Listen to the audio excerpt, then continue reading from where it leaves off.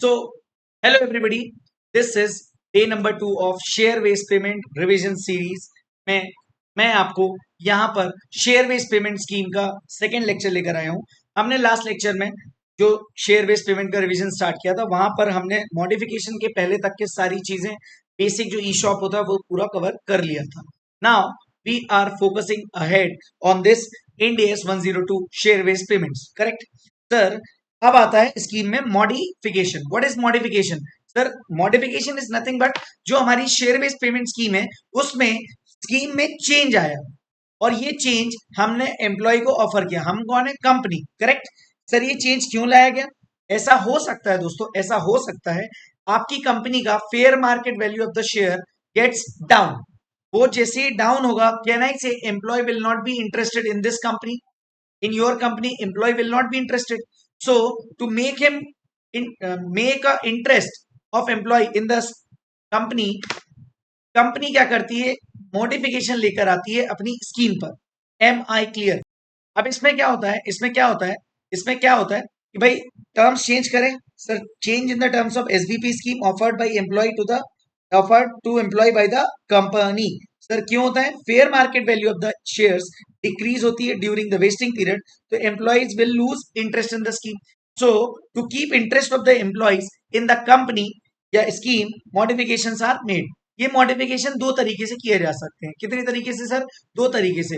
इससे क्या होता है? कंपनी का एक्सपेंस बढ़ जाता है बट एम्प्लॉय इंटरेस्टेड हो जाता है तो वो इस कंपनी में रुक जाता है। सर व्हाट इफ अगर कंपनी में एम्प्लॉय फिर भी इंटरेस्ट ना ले तो कोई दिक्कत ही नहीं है, फिर तो खर्चा करने की जरूरत ही नहीं है, हमारा एस्टिमेट हम बदल देंगे। Yes no my dear friends? Answer is yes. Now now ये कैसे क्या होगा कि modifications are made that are advantages to employees. हमेशा याद रखना मॉडिफिकेशन किस बेसिस पर होगा? जिस तरीके से ये एडवांटेजेस रहेगा किसके लिए? एम्प्लॉय के लिए। और इस एडिशनल एडवांटेज, ये जो एडिशनल एडवांटेज कंपनी एम्प्लॉय को दे रही है ये एक तरह से एडिशनल खर्चा है due to modification scheme by incurred by the company. और इससे क्या होगा? इससे क्या होगा? कंपनी का एक्सपेंस बढ़ जाएगा। तो ओरिजिनली हमारे पास जो एक्सपेंस था वो तो हम रिकॉर्ड कर ही रहे थे और ये जो मॉडिफिकेशन के कारण हमारा खर्चा बढ़ गया है, सो कहना इसी ये जो एक्सपेंस बढ़ गया है उस बढ़े हुए खर्चे को भी हमें सेपरेटली रिकॉर्ड करना पड़ेगा और हम टोटल एक्सपेंस रिकॉर्ड करेंगे in the form of employ benefit expense. Sir ये कैसे कैलकुलेट होता है? दो तरीके से कैलकुलेट होता है। या तो हम उसको जो नंबर ऑफ ऑप्शंस दे रहे हैं वो बढ़ा दें, या तो सर हम उसको क्या कर दें, जो एक्सरसाइज प्राइस है जिस पर वो परचेज करने वाला था, याद हो आपको मेरा पिछले वीडियो में जो मैंने आपको एग्जांपल दिया था कि 200 रुपीज का शेयर मैं अपने एम्प्लॉय को बोल रहा हूँ 20 रुपए में, हो सकता है मैं उसको बोल दूं मॉडिफिकेशन की वजह से 16 रुपए। सो कहना इसी ये जो 4 रुपए मैंने कम किया है अपनी एक्सरसाइज प्राइस, ये भी तो खर्चा है मेरे लिए। और ये मैं पहले 100 शेयर्स दे रहा था, अब मैं उसे 120 शेयर्स दे रहा हूँ, ये 20 शेयर्स एक्स्ट्रा दे रहा हूँ, तो कहना इसे ये भी मेरे लिए खर्चा हो जाएगा। ओके सो इसकी वजह से एडिशनल एक्सपेंसेस आएंगे। जब increase in the number of option होगा उसकी वजह से जो एडिशनल एक्सपेंस आएगा वो कुछ इस तरीके से आएगा कि additional options multiply by fair value of the option after modification. Modification के बाद जो भी फेयर वैल्यू उससे मल्टीप्लाई कर देंगे। बट सर यहाँ पर हमको क्या करना पड़ेगा? एडिशनल एक्सपेंस किस केस में? एक्सरसाइज प्राइस निकालने के लिए हम क्या करेंगे, जो भी हमारी fair value of the option है आफ्टर मॉडिफिकेशन उसको लेस करेंगे बिफोर मॉडिफिकेशन वाली फेयर वैल्यू से और मल्टीप्लाई कर देंगे नंबर ऑफ ऑप्शंस का। इससे क्या आ जाएगा सर? इससे आ जाएगा हमारा एडिशनल एक्सपेंस। सर ऐसा भी हो सकता है हमने ऑप्शंस भी बढ़ा दिए और एक्सरसाइज प्राइस कम भी कर दी, तो दोनों की वजह से एडिशनल एक्सपेंस आ सकता है, तो दोनों को मुझे एडिशनल खर्चा बुक करना पड़ेगा। एक तो due to number of increase in options और दूसरा number of sorry decrease in the exercise price. Correct sir. ये जो एडिशनल एक्सपेंस है ये कौन से कितने पीरियड में राइट ऑफ करेंगे अपन? तो याद रखना जितना भी रिमेनिंग वेस्टिंग पीरियड है, याद रखना मॉडिफिकेशन हमेशा वेस्टिंग पीरियड के दौरान होगा। सर कब से? जिस दिन से मॉडिफिकेशन हुआ है वहां से लेके वेस्टिंग पीरियड जब तक खत्म हो रहा है वहां तक के। तो सर हमारे स्टेप्स क्या हो जाएंगे क्वेश्चन सॉल्व करते वक्त? पहला step 1 same as original scheme, जो हमारा एग्जिस्टिंग डे 1 पे डिसाइड हुआ उसका हम एक्सपेंस अलग से निकाल लेंगे। फिर हम एडिशनल एक्सपेंस निकालेंगे due to change in the fair value of the option. फिर हम निकालेंगे additional expense due to change in the increase in the number of options. Correct. Okay sir ये एग्जांपल एक देख लेते हैं, बेसिक छोटा सा एग्जांपल है, ये अगर आपको आ गया तो मॉडिफिकेशन का क्वेश्चन आसानी से बन सकता है। HD लिमिटेड मेरी कंपनी है जिसने 100 ऑप्शंस दिए अपने एम्प्लॉयज को ऑन 1 अप्रैल 2022। ये मेरी ग्रांट डेट है।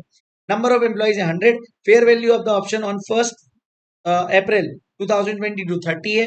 फिर आगे जाके 31 मार्च 23 को ये 30 से 18 हो गई। फिर जाके 31 मार्च 2024 को ये 9 हो गई। वेस्टिंग पीरियड था 3 साल का। 31 मार्च 2024 मतलब सेकेंड ईयर के एंड पर मेरी कंपनी ने मॉडिफाई कर दिया प्लान और रिड्यूस कर दिए एक्सरसाइज प्राइस, जिससे कि फेयर वैल्यू मेरी कंपनी के शेयर की होगी, ऑप्शन की होगी 12 रुपए। करेक्ट। 9 से बढ़ के कितनी होगी 12।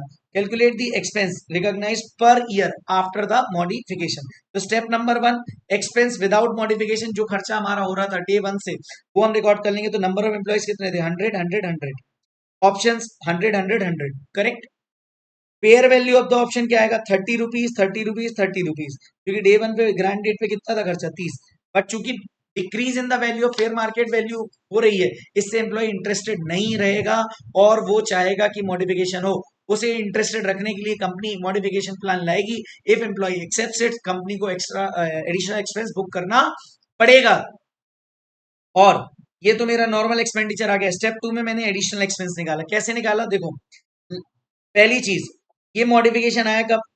ये सर मॉडिफिकेशन आया सेकंड ईयर के एंड में, मतलब लास्ट ईयर पे। तो कहना इसे लास्ट ईयर पे इंपैक्ट आएगा, फर्स्ट 2 इयर्स में तो कोई मॉडिफिकेशन का इंपैक्ट नहीं आएगा। सबसे पहला नंबर ऑफ एम्प्लॉयज कितने हैं 100, नंबर ऑफ ऑप्शंस कितने हैं sir 100। Change in the fair value of the option कितना हो गया सर? आफ्टर मॉडिफिकेशन मेरी फेयर वैल्यू हो गई 12, बिफोर मॉडिफिकेशन मेरी थी 9। तो कहना इसे 3 रुपए की फेयर वैल्यू में चेंज हुआ है। और लास्ट पीरियड फैक्टर क्या लिखेंगे हम यहाँ पे 1/1 आएगा, क्योंकि ये मॉडिफिकेशन सिर्फ लास्ट ईयर।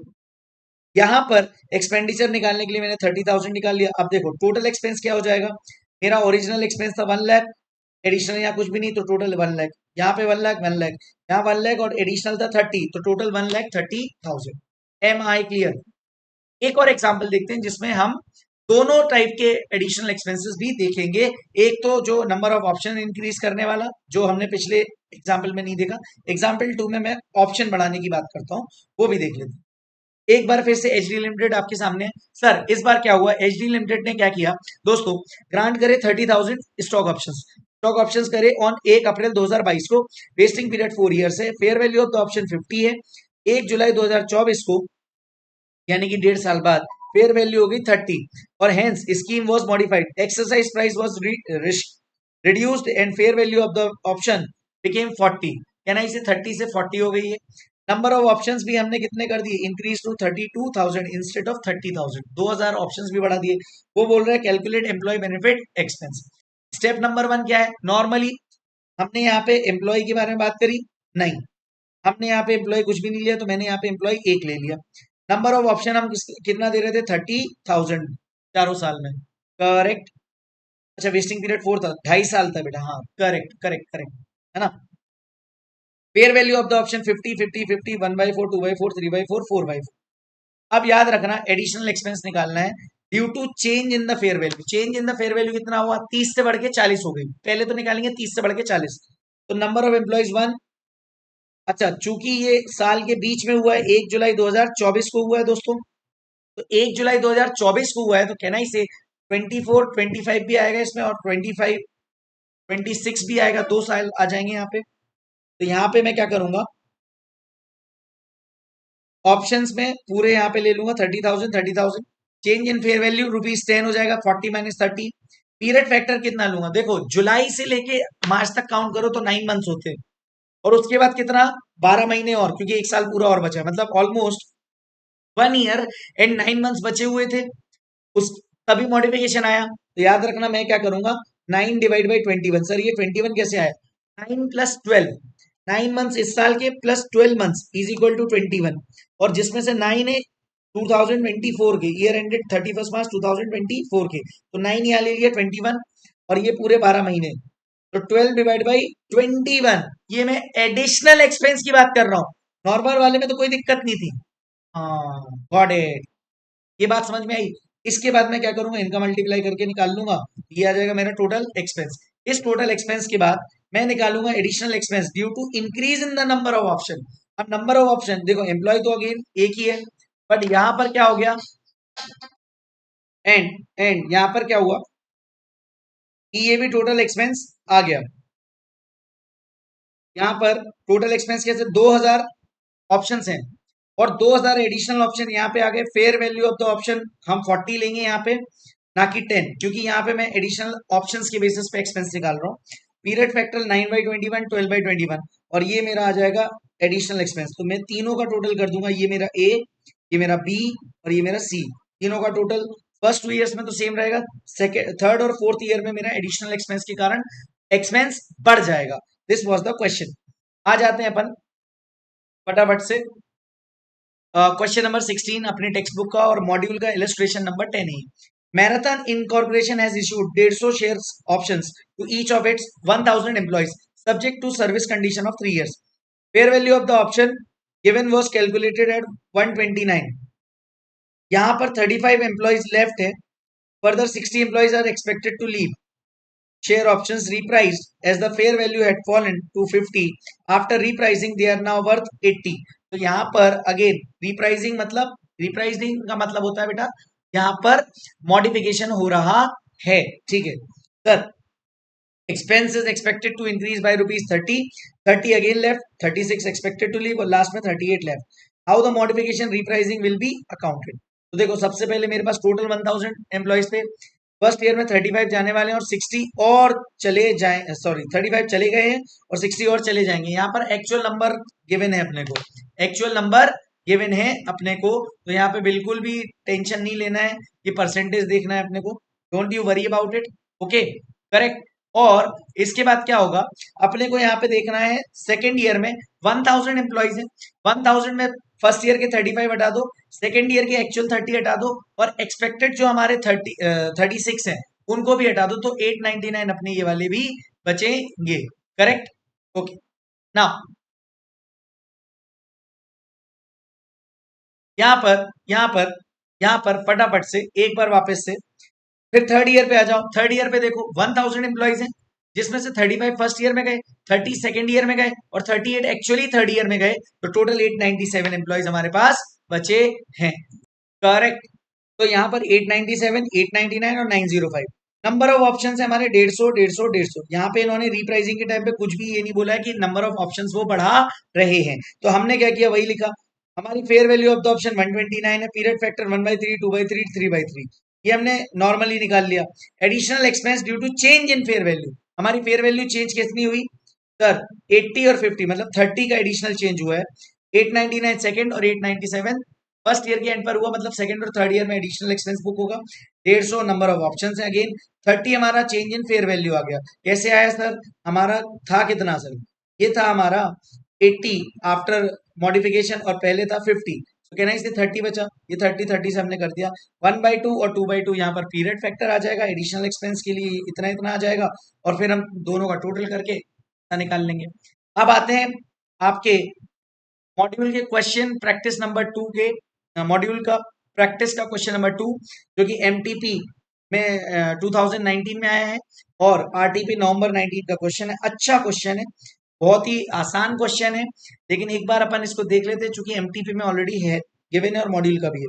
ए लिमिटेड है जिसने 1 अप्रैल 2021 को 1000 शेयर ऑप्शंस दिए अपने 2000 एम्प्लॉइज को, करेक्ट, ठीक है sir. The options are due to based on 31st March 2024 provided the employee remain in the employment till 31st March 2024. On 1st April 2021 the directors of the company estimated that 1800 employees would qualify for the option on 31st March 2024. This estimate was amended, देखो 1 April 2021 को directors ने कितना बोला कि 1800 employ qualify करेंगे at the option on 31st March 2024, लेकिन estimate was amended to 1850 on 31st March 2022 and further amended to 1840 employees on 31st March 2023। कहना इसे यहाँ पे एस्टिमेट चेंज होता गया। अच्छा, on 1 April 2021 fair value of the option was 1.20, how much बेटा 1.20 था। तो दोस्तों 1.20 हमारी fair value of the option given है। फेयर वैल्यू इंक्रीज टू 1.30, इससे कोई दिक्कत नहीं, but due to challenging business conditions the fair value declined thereafter. और सितंबर 2022 में फेयर वैल्यू कितनी हो गई हमारी 0.90। डायरेक्टर ने इसको रिप्राइस किया, मतलब मॉडिफिकेशन किया। मॉडिफिकेशन की वजह से दोस्तों, मॉडिफिकेशन की वजह से यहाँ पर फेयर वैल्यू कितनी हो गई सर? इंक्रीज हो गई 1.05। कितनी इंक्रीज हो गई? 1.05। Correct. Trading conditions improve in the second half of the year and 31st March 2023 the fair value of the option was 1.25 और आगे जाके ये वापस से इंप्रूव हो गई। लेकिन देखो यहाँ पे रिप्राइसिंग हुई है। रिप्राइसिंग मतलब मॉडिफिकेशन हुआ है। करेक्ट।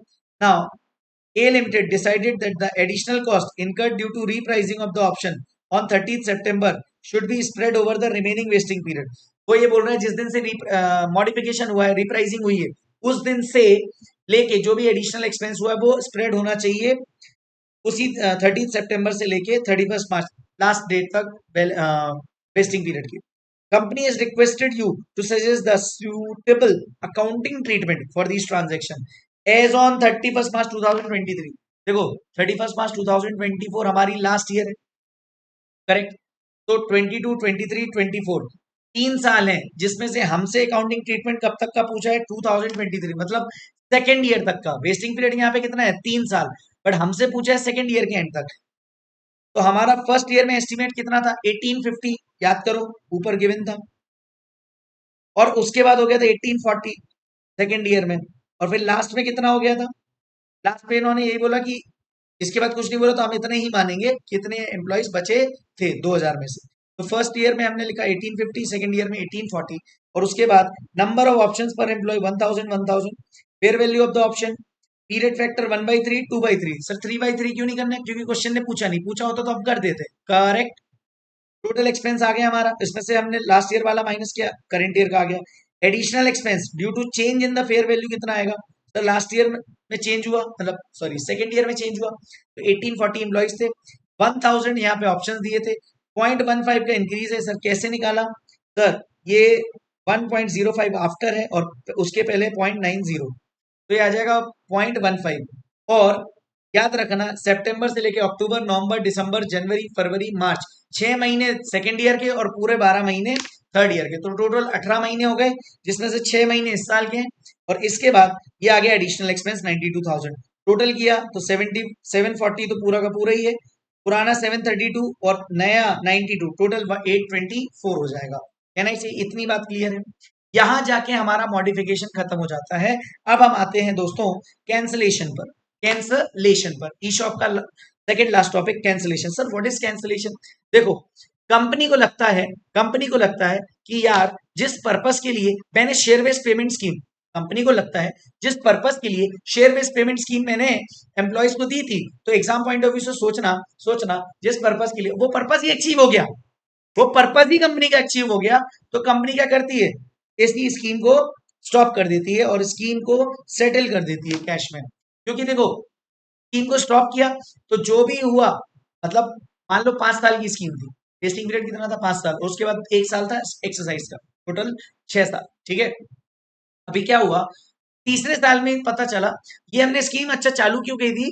क्योंकि मेरी जो कंपीटिंग कंपनी है वो मेरे एम्प्लॉयज को ना ले जाए, क्योंकि मैं अभी टॉप पे हूं तो मेरे एम्प्लॉयज को पोच किया जा सकता है। पोच मतलब सर ले जाया जा सकता है एक्स्ट्रा पैकेज देके, तो मैंने उनको एसबीपी स्कीम दे दी। अभी क्या हुआ दोस्तों? अभी क्या हुआ?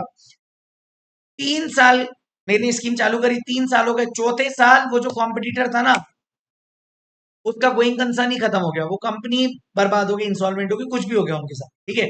मुझे बताओ अब मुझे शेयर बेस्ड पेमेंट स्कीम देने की जरूरत है क्या? नहीं ना। तो मैं आज ही share based payment scheme stop करूंगा और आज के दिन पे जो भी पेमेंट बनता है वो दे दूंगा, सेटल कर दूंगा, कैश में सेटल कर दूंगा।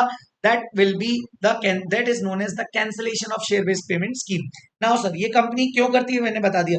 Company feels benefit of the scheme is already derived earlier than the expected and employees are interested more in cash settlement। और अगर कंपनी को ऐसा लगता है कि एम्प्लॉयज भी सेटलमेंट चाहते हैं किसमें? कैश में, देन द इक्विटी इंस्ट्रूमेंट, तो कंपनी क्या करती है? कैंसिलेशन कर देती है। ट्रीटमेंट क्या होगा? सर रिकॉग्नाइज करो सारे एंटायर एम्प्लॉय बेनिफिट एक्सपेंस को कौन सी दिन पे? On the date of cancellation में, उसी साल पे जिस साल कैंसिलेशन हुआ। ठीक है। It is similar to market condition. एक तरह से पता अपन ने ऊपर मार्केट कंडीशन पढ़ा था लास्ट लेक्चर में, तो वो मार्केट कंडीशन अगर हमारी फुलफिल हो जाती है बिफोर वेस्टिंग डेट, तो कहना ही से हमारी अगर मार्केट कंडीशन मीट हो जाती है, एक्चुअल वेस्टिंग पीरियड हमारा कम है एस्टिमेटेड से, तो हम एक्चुअल पे ही सब कुछ खत्म कर देते हैं। वही चीज हमें यहाँ करनी है। अच्छा, कैश सेटलमेंट कब तक का होगा? Up to the fair value of option on the date of cancellation. उसको हम रिकॉग्नाइज कर देंगे as share based payment reserve के नाम से, जो कि हम अदर इक्विटी में दिखाते हैं। और अगर जो मेरी उस दिन पे फेयर वैल्यू है on the date of cancellation, अगर जो मैं मान लो मेरी फेयर वैल्यू है on the date of cancellation मान लो 100 रुपए, करेक्ट। लेकिन जो मैं पेमेंट कर रहा हूं, जो मैं पेमेंट कर रहा हूं fair value of the option से ज्यादा ऑन द डेट ऑफ, मतलब मान लो मैं पेमेंट कर रहा हूं 105 का, तो मैं तो फेयर वैल्यू तो कितनी थी 100, मतलब 100 तो मैं सोच के ही चल रहा था, बट मैं पेमेंट कितने का कर रहा हूँ एक्स्ट्रा? 5 रुपए का। तो वो 5 रुपए का एक्सपेंस कहाँ जाएगा? Transfer to PL. मतलब ये बोल रहा है excess payment beyond fair value of the option on the date of cancellation. Fair value of the option on the date of cancellation से ऊपर का अमाउंट, एक्सेस पेमेंट अमाउंट, वो कहाँ चला जाएगा? पीएनएल में। और वहां तक फेयर वैल्यू तक का अमाउंट कहाँ जाएगा? एसबीपी रिजर्व में। और उसके बाद भी कोई बैलेंस रह जाता है एसबीपी रिजर्व में, उसे हम जनरल रिजर्व में ट्रांसफर कर देंगे। एंट्री क्या होगी कैंसिलेशन की? शेयर बेस्ड पेमेंट रिजर्व जो क्रेडिट होता था उसे हम डेबिट कर देंगे और पेमेंट कर देंगे बैंक से, और जो भी एक्सेस पेमेंट है वो पीएनएल चला जाएगा। सर कैसे आएगा ये? Share based payment reserve number of option number of employees into fair value of the option on the date of cancellation, और बैंक से number of employees number of options multiply amount जितना हमने पे किया, और जो एक्सेस अमाउंट है वो ऑटोमेटिकली पीएनएल में चला जाएगा, या तो आप बैलेंसिंग फिगर कर लो। सर कैसे? एक बार एग्जांपल से समझा देते। आ जाओ एग्जांपल नंबर 7 पे। बेसिक एग्जांपल, बहुत मजा आएगा, ध्यान से देखते हैं। नंबर ऑफ ऑप्शन कितने सर? 100। नंबर ऑफ एम्प्लॉइज कितने? 500। Fair value of the option कितना है? 20। वेस्टिंग पीरियड कितना है? 4 साल। Eight the end of the year 1 number of employees कितने? 490। और एक्सपेक्टेड टू लीव 40, 40 और चले जाएंगे। Number of employees eight the end of year 2 is 470। In year 2 scheme is cancelled and compensation paid is ₹5 पर option. Compensation कितना पे किया आपने? 5 पर ऑप्शन। उस दिन पर फेयर वैल्यू कितनी थी आपकी? 4, मतलब 1 रुपए आपने एक्स्ट्रा पे किया, तो 1 रुपए आप दोगे पीएनएल से, क्योंकि कंपनसेशन आपने जो सेटलमेंट किया वो 5 रुपए पे किया, फेयर वैल्यू उस दिन थी 4, एक्सेस जो आपने पेमेंट किया दैट इज पीएनएल के थ्रू एडजस्ट होगा। आप स्टेटमेंट कैसे बनाओगे? वही number of employees expected to complete vesting period, total 490 employees थे, 40 छोड़ के गए तो 450 पे एक्सपेंस बुक किया। ये एन टू पे 470 बचे थे। Number of option 100, fair value of the option 20, period factor day 1 पे मुझे पता था कि वेस्टिंग पीरियड 2 है या 4? सर 4। कहना इसे मैं लिखूंगा 1/4, लेकिन सेकेंड ईयर पे 2/2 कर दूंगा। क्यों? क्योंकि सेकेंड ईयर पे एंड पे मैंने खत्म कर दिया। 940 टोटल एक्सपेंस, जिसमें से 22,550 मेरा प्रीवियस ईयर का है, तो 71 आ जाएगा। ये एंट्री हो जाएगी employ benefit expense to share based payment reserve, PNL to employ benefit expense. और उसके बाद कैंसिलेशन की एंट्री। कैंसिलेशन की एंट्री देखो, सेकंड ईयर पे कितने एम्प्लॉयज थे? 470 मल्टीप्लाई नंबर ऑफ ऑप्शन 100, और शेयर बेस्ड फेयर वैल्यू कितनी उस दिन पे? 4, जबकि मैं अमाउंट कितना दे रहा हूँ? 5। तो जो बैलेंसिंग बचा वो मेरा ₹1 से निकला। क्या ये बात समझ में आती है बच्चों? Being scheme got cancelled and employees paid ₹5 as compensation when fair value of the option was ₹4. This was your second year का अमाउंट। फर्स्ट ईयर में तो कैंसिलेशन है ही नहीं, तो उसको कोई इंपैक्ट आएगा ही नहीं। तो यहाँ पे ये जाके एग्जाम्पल खत्म होता है कैंसिलेशन का। अच्छा, if no compensation was paid through SBP reserve, means in the above question we did not know about the SBP reserve, then entire SBP reserve will be transferred to general reserve. याद रखना, अगर मैं कोई cash compensation दे ही नहीं रहा हूं किसको? Employees को at the time of cancellation, तो जितना भी पैसा शेयर बेस्ड पेमेंट रिजर्व में है वो पूरा का पूरा as it is general reserve में उठा के दे देता। सोचो मेरे पास पूरा टोटल एक्सपेंस कितना आया? क्यूमुलेटिव 94,000 मेरे शेयर बेस्ड पेमेंट रिजर्व में आ चुका है। 22 और ये टोटल करोगे तो 94 आएगा, ठीक है। लेकिन मैंने कोई कैश कंपनसेशन नहीं दिया, तो कहना इसी ये एंट्री आएगी नहीं। The entry will be SBP reserve to general reserve. पक्का? क्या ये बात समझ में आती है? हाँ या ना? क्लियर है? ओके, चलो अब हम आगे बढ़ जाते हैं। ये वाली entry, sorry, SBP reserve to general reserve amount 940। पक्का? अच्छा, पिछले वाले में सुनो ना, आपने fair value of the option तक का तो यहाँ पेमेंट भी दे दिया, लेकिन आपके पास टोटल था कितना? सर 940 मेरे पास था शेयर बेस्ड पेमेंट रिजर्व में, जिसमें से 188 मेरा सेटलमेंट में चला गया, तो जो रिमेनिंग बचा 752 वो आप जनरल रिजर्व में ट्रांसफर कर दोगे। या तो आपके पास कुछ बैलेंस बचा उसे जनरल रिजर्व में ट्रांसफर कर दो, लेकिन कोई कंपनसेशन ही नहीं पे किया, तो कहना इसे आपको क्या करना पड़ेगा? आपको पूरा का पूरा पैसा जनरल रिजर्व में ट्रांसफर करना रहेगा। मॉड्यूल का अपन देख लेते हैं, इलस्ट्रेशन नंबर 11। मॉड्यूल का इलस्ट्रेशन 11 आप देख सकते हो, बट मैं, हाँ, मॉड्यूल का इलस्ट्रेशन 11, फिर एक जुलाई 21 का एग्जाम क्वेश्चन अपन देख लेते हैं, तो अपने को कैंसिलेशन में अच्छे खासे क्वेश्चन हो जाएंगे। देखो, Anara fertilizers limited has issued 2000 share options to 10 directors for an exercise price of 100. The directors are required to stay with the company for the next 3 years. Fair value of the option is 130. Expected director to waste the option is 8. मतलब 10 में से मुझे लगता है 8 directors ही expected बचेंगे। Year end 2 पे there was a crisis in the company, management decided to cancel the scheme immediately. It was estimated that fair value of the option on the date of cancellation 90, और हम उसको दे रहे हैं कितना, 99। Sorry, market price, fair value के अलावा market price दी है अपने को on the date of cancellation, हमें इससे कोई लेना देना नहीं है। There was a compensation which was paid to directors and only 9 directors were currently in the employment. आपने डे 1 पे 8 एक्सपेक्ट किया था, बट लास्ट में 9 बचे थे। During the date of cancellation such scheme amount of rupees 95 per option was given to each of its 9 director। मतलब हमने, देखो, फेयर वैल्यू हमारी 90 है, हमने अमाउंट कितना पे किया उनको, 95, तो कहने से 5 चला जाएगा पी एंड एल में। निकाल लो कैसे सर, फर्स्ट ईयर में 8 थे हमारे नंबर ऑफ एम्प्लॉइज, और सेकेंड ईयर में 9, नंबर ऑफ ऑप्शन सेम 130। यहाँ पे 3 इयर्स का वेस्टिंग पीरियड था, तो 1/3 आ जाएगा, लेकिन लास्ट ईयर 2/2 आ गया, क्योंकि लास्ट ईयर हमारा लास्ट ईयर है, ये सेकेंड ईयर हमारा लास्ट ईयर बन गया है। यहाँ पे टोटल एक्सपेंस मैंने निकाला, अगेन वही सब मैथ्स की कैलकुलेशन, बेसिक कैलकुलेशन आप कर सकते हो, कोई ज्यादा इसमें फर्क नहीं पड़ता। आप आ जाओ एंट्रीज पे, employee benefit to share based payment reserve दोनों साल का, फिर PNL to employ benefit expense, फिर share based payment reserve debit 9 directors into 2000 into 90 rupees, fair value up to date of, on the date of cancellation. To bank हम दे रहे हैं उनको 95 171, तो बैलेंस कहां से गया, पीएनएल से। या तो हम ऐसे निकाल लें, 9 directors multiply number of option multiply the excess amount, या फिर बैलेंसिंग फिगर, वो भी उतना ही आएगा। और जितना मेरा टोटल टोटल मेरा कितना गया था, देखो टोटल क्यूमुलेटिव एक्सपेंस ये होता है लास्ट वाला, तो इसमें से मैंने कितना पेमेंट कर दिया, 162, तो बैलेंसिंग कितना बचा, 720, ये 720 जर्नलिज्म में ट्रांसफर कर दिया। This was the end of the question. Correct charters, yes no. एक बार जुलाई 21 वाला क्वेश्चन मैं आपको पढ़ के बता देता हूँ, ये आप खुद से भी सॉल्व कर सकते हो, बहुत इजी क्वेश्चन है, ऊपर वाले क्वेश्चन जैसे ही 5 मार्क्स में आया था ये। सर, गोया लिमिटेड ने इशू करे 1000 शेयर ऑप्शंस, कितने, 1000 शेयर ऑप्शंस, 200 एम्प्लॉइज को, एक्सरसाइज प्राइस 10 थी। Employees are required to stay in the employment for next 3 years, fair value of the option is estimated 18, ठीक है। 90% of the employees are expected to vest, the company face severe crisis in the second year, उन्होंने cancel कर दिया। Market price of the share on the date of cancellation कितनी थी, 15, हमें इससे कोई लेना देना नहीं, हमें fair value of the option से लेना देना है 12 रुपए। कंपनी पेड कंपनसेशन, कंपनी ने क्या किया, कंपनसेशन पे किया है, कंपनी ने जो कंपनसेशन पे किया है वो 13.50 किया है, और 190, 200 में से 190 बचे हुए थे। You are required to show how cancellation will be recorded, तो देखो यहाँ 180 190 almost same question, same question, यहाँ पे 12, यहाँ पे 1.5, यहाँ 13.5, और बैलेंस जनरल रिजर्व में चला गया। This was the end of question, similar question था ऊपर जैसा।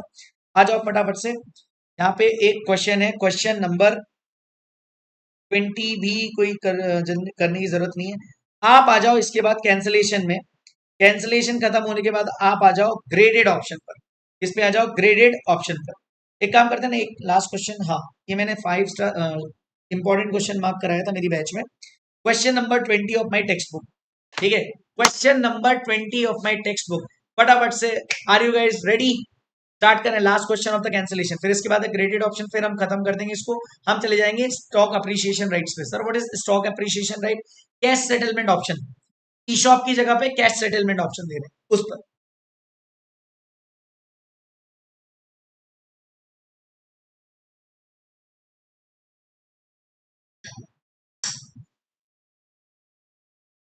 सो यहाँ पर ये क्वेश्चन बहुत इंपॉर्टेंट है, एक बार देख लेते हैं, क्योंकि ये क्वेश्चन ओल्ड सिलेबस का है। 1 सितंबर 2021 को ABC limited decided to pay all its 700 employees to pay bonus of 12,000। The option has been given to purchase, option has been given to purchase 1000 shares of ABC shares at the cash discounted price of INR 12, ठीक है। तो 1 सितंबर को इतने options, 12 में, face value of the option is 100, last date to exercise the option is October 2021, can I say before 12 months ही यहाँ पे exercise आ गया, 65% employees exercise the option by 30th September. ठीक है, by October 31st, further 15% have accepted. The employees who exercise the option are required to retain the shares up to next 3 years. तो यहाँ पर post wasting वाला question है ये, ठीक है, मतलब यहाँ पे वेस्टिंग पीरियड 0 है, डायरेक्टली एक्सरसाइज पीरियड है डे 1 से, ठीक है, और 65% एम्प्लॉयज 30 सितंबर को यहाँ पे एक्सरसाइज कर ले रहे हैं, बाकी 15% 31 अक्टूबर को. Employee who will exercise are required to retain the shares next 3 years before they being eligible to sell them. The shares are issued on November 1, 2021. Market price and fair value of the shares at various different dates are as given below. Fair value 30 सितंबर की 40 है, 31 अक्टूबर की 44 है और 1 नवंबर की 50 है. याद रखना, मैं डिस्काउंटेड प्राइस कितना दे रहा हूं, मतलब कहना इसे एक्सरसाइज प्राइस कितनी हो जाएगी इनकी 40 है उस दिन, जिस दिन, तो उस दिन एक्सरसाइज प्राइस हो जाएगी इनकी 28, क्योंकि 12 का डिस्काउंट ये दे रहे हैं. मार्केट के लिए 40 रुपए का शेयर है, लेकिन हम कौन सा लेंगे, एक्सरसाइज हमें कितने में मिल रहा है, 12 का डिस्काउंट, तो 40 माइनस 12 28, ये मेरा 44 माइनस 12 तो 32 50. सर इसका कोई जरूरत नहीं, क्योंकि ये तो डायरेक्टली उस दिन शेयर अलॉट हो जाएंगे 30 सितंबर को. डायरेक्टली जब एम्प्लॉइज एम्प्लॉइज क्या करेंगे, एक्सरसाइज करेंगे, तो बैंक अकाउंट से पेमेंट करेंगे, तो 700 एम्प्लॉइज है, 700 एम्प्लॉइज हैं, जिसमें से 65% 30 सितंबर को कर रहे हैं, into 1000 option into ₹28 exercise price. Directly हम एक्सरसाइज की बात कर रहे हैं, यहाँ पे वेस्टिंग की तो बात ही नहीं हो रही, इसलिए क्वेश्चन थोड़ा इंपॉर्टेंट है. जब आएगा तब नहीं बनेगा बच्चों को, फिर बच्चे चिल्लाएंगे कि भैया पेपर बाहर से आ गया, एआई ने बनाया ये वो, बट ये पेपर बाहर से नहीं आएगा, क्वेश्चन कॉन्सेप्ट से आएगा. यहाँ पर एक्सरसाइज की बात करी गई है. क्वेश्चन पढ़ते से ही अपने को सूझ पड़नी चाहिए दोस्तों कि क्या चल रहा है, क्या उसका थॉट प्रोसेस है. Correct. Now listen to me. 700 employees, 1000 यहाँ पे shares options into ₹28 is the exercise price. ये हो गया, इतना वो पे करेगा, बाकी का कंपनी बियर करेगी एज एम्प्लॉय बेनिफिट एक्सपेंस, और टोटल कहाँ चला जाएगा, शेयर बेस्ड पेमेंट रिजर्व में. फिर बाकी के 700 एम्प्लॉयज में से 15% और यहाँ पे आ जाएंगे, इनका भी इन्होंने एक्सरसाइज कर लिया. 32 रुपए एम्प्लॉय देगा, 12 रुपए कंपनी बियर करेगी, टोटल कहाँ चला गया, इतना. अब ये कितने का है, 65% का है, और ये है 15% एम्प्लॉयज का. 65% एम्प्लॉयज मतलब हो गए 455. देखो 700 का आप निकालोगे, 65% निकालो फटाफट से, अटेम्प्ट का समय निकालो, तो आ जाएगा 455. करेक्ट. और ये 455 और बाकी 700 का 15% निकालोगे, तो ये आपका आ जाएगा 105. तो 455 और 105, इन लोगों को अब आप शेयर्स ऑफर कर रहे हो. कितने पे ऑफर करोगे, कौन से वाले सर, जिनकी फेयर वैल्यू 40 और 44 है. 40 सितंबर वाली को और अक्टूबर वालों को 44, इनको कितने शेयर दे रहे हो, इंटू 1000 ऑप्शंस. तो 455 इंटू 40, 105 इंटू 44, इन दोनों को ऐड किया और मल्टीप्लाई कर दिया 1000 ऑप्शन से. टोटल एसबीपी रिजर्व से इतना चला गया. टू इक्विटी शेयर कैपिटल, तो 455 plus 105 into 1000 option into face value कितनी है आपकी, 10 रुपए. बाकी का रिमेनिंग बैलेंसिंग फिगर भी निकाल सकते हो आप चाहो तो, ठीक है, लेकिन 455 मल्टीप्लाई 1000 इंटू 30 और 105 इंटू 1000 इंटू 34, ये दोनों ग्रुप्स को अलग अलग आप बाइफर्केशन करके भी निकाल सकते हो, या फिर आप बैलेंसिंग फिगर भी कर सकते हो. और आपने जो खर्चा आपका पेंडिंग बचा है, वो कहाँ चला जाएगा, टोटल चला जाएगा एम्प्लॉय बेनिफिट एक्सपेंस में. देखो, एक तो आपका एम्प्लॉय बेनिफिट एक्सपेंस में इतना गया और ये वाला गया, इन दोनों का टोटल करोगे तो वो आएगा इतना, और वो चला जाएगा पी एंड एल में. That's the end of cancellation. ठीक है. ई शॉप में अब अपन लास्ट में आते हैं graded option. Graded option is nothing but दोस्तों, every year percentage of option vest हो जाते हैं. परसेंटेज ऑफ ऑप्शन क्या हो जाते हैं, वेस्ट हो जाते हैं. कैसे, ग्रुप्स में.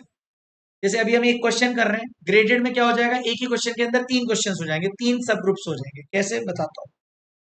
इसके लिए डायरेक्टली जून 21 में जो एग्जाम में क्वेश्चन आया था, उसका मतलब जून 21 आरटीपी का क्वेश्चन है शायद ये, तो उस क्वेश्चन को अपन देख लेते हैं फटाफट से.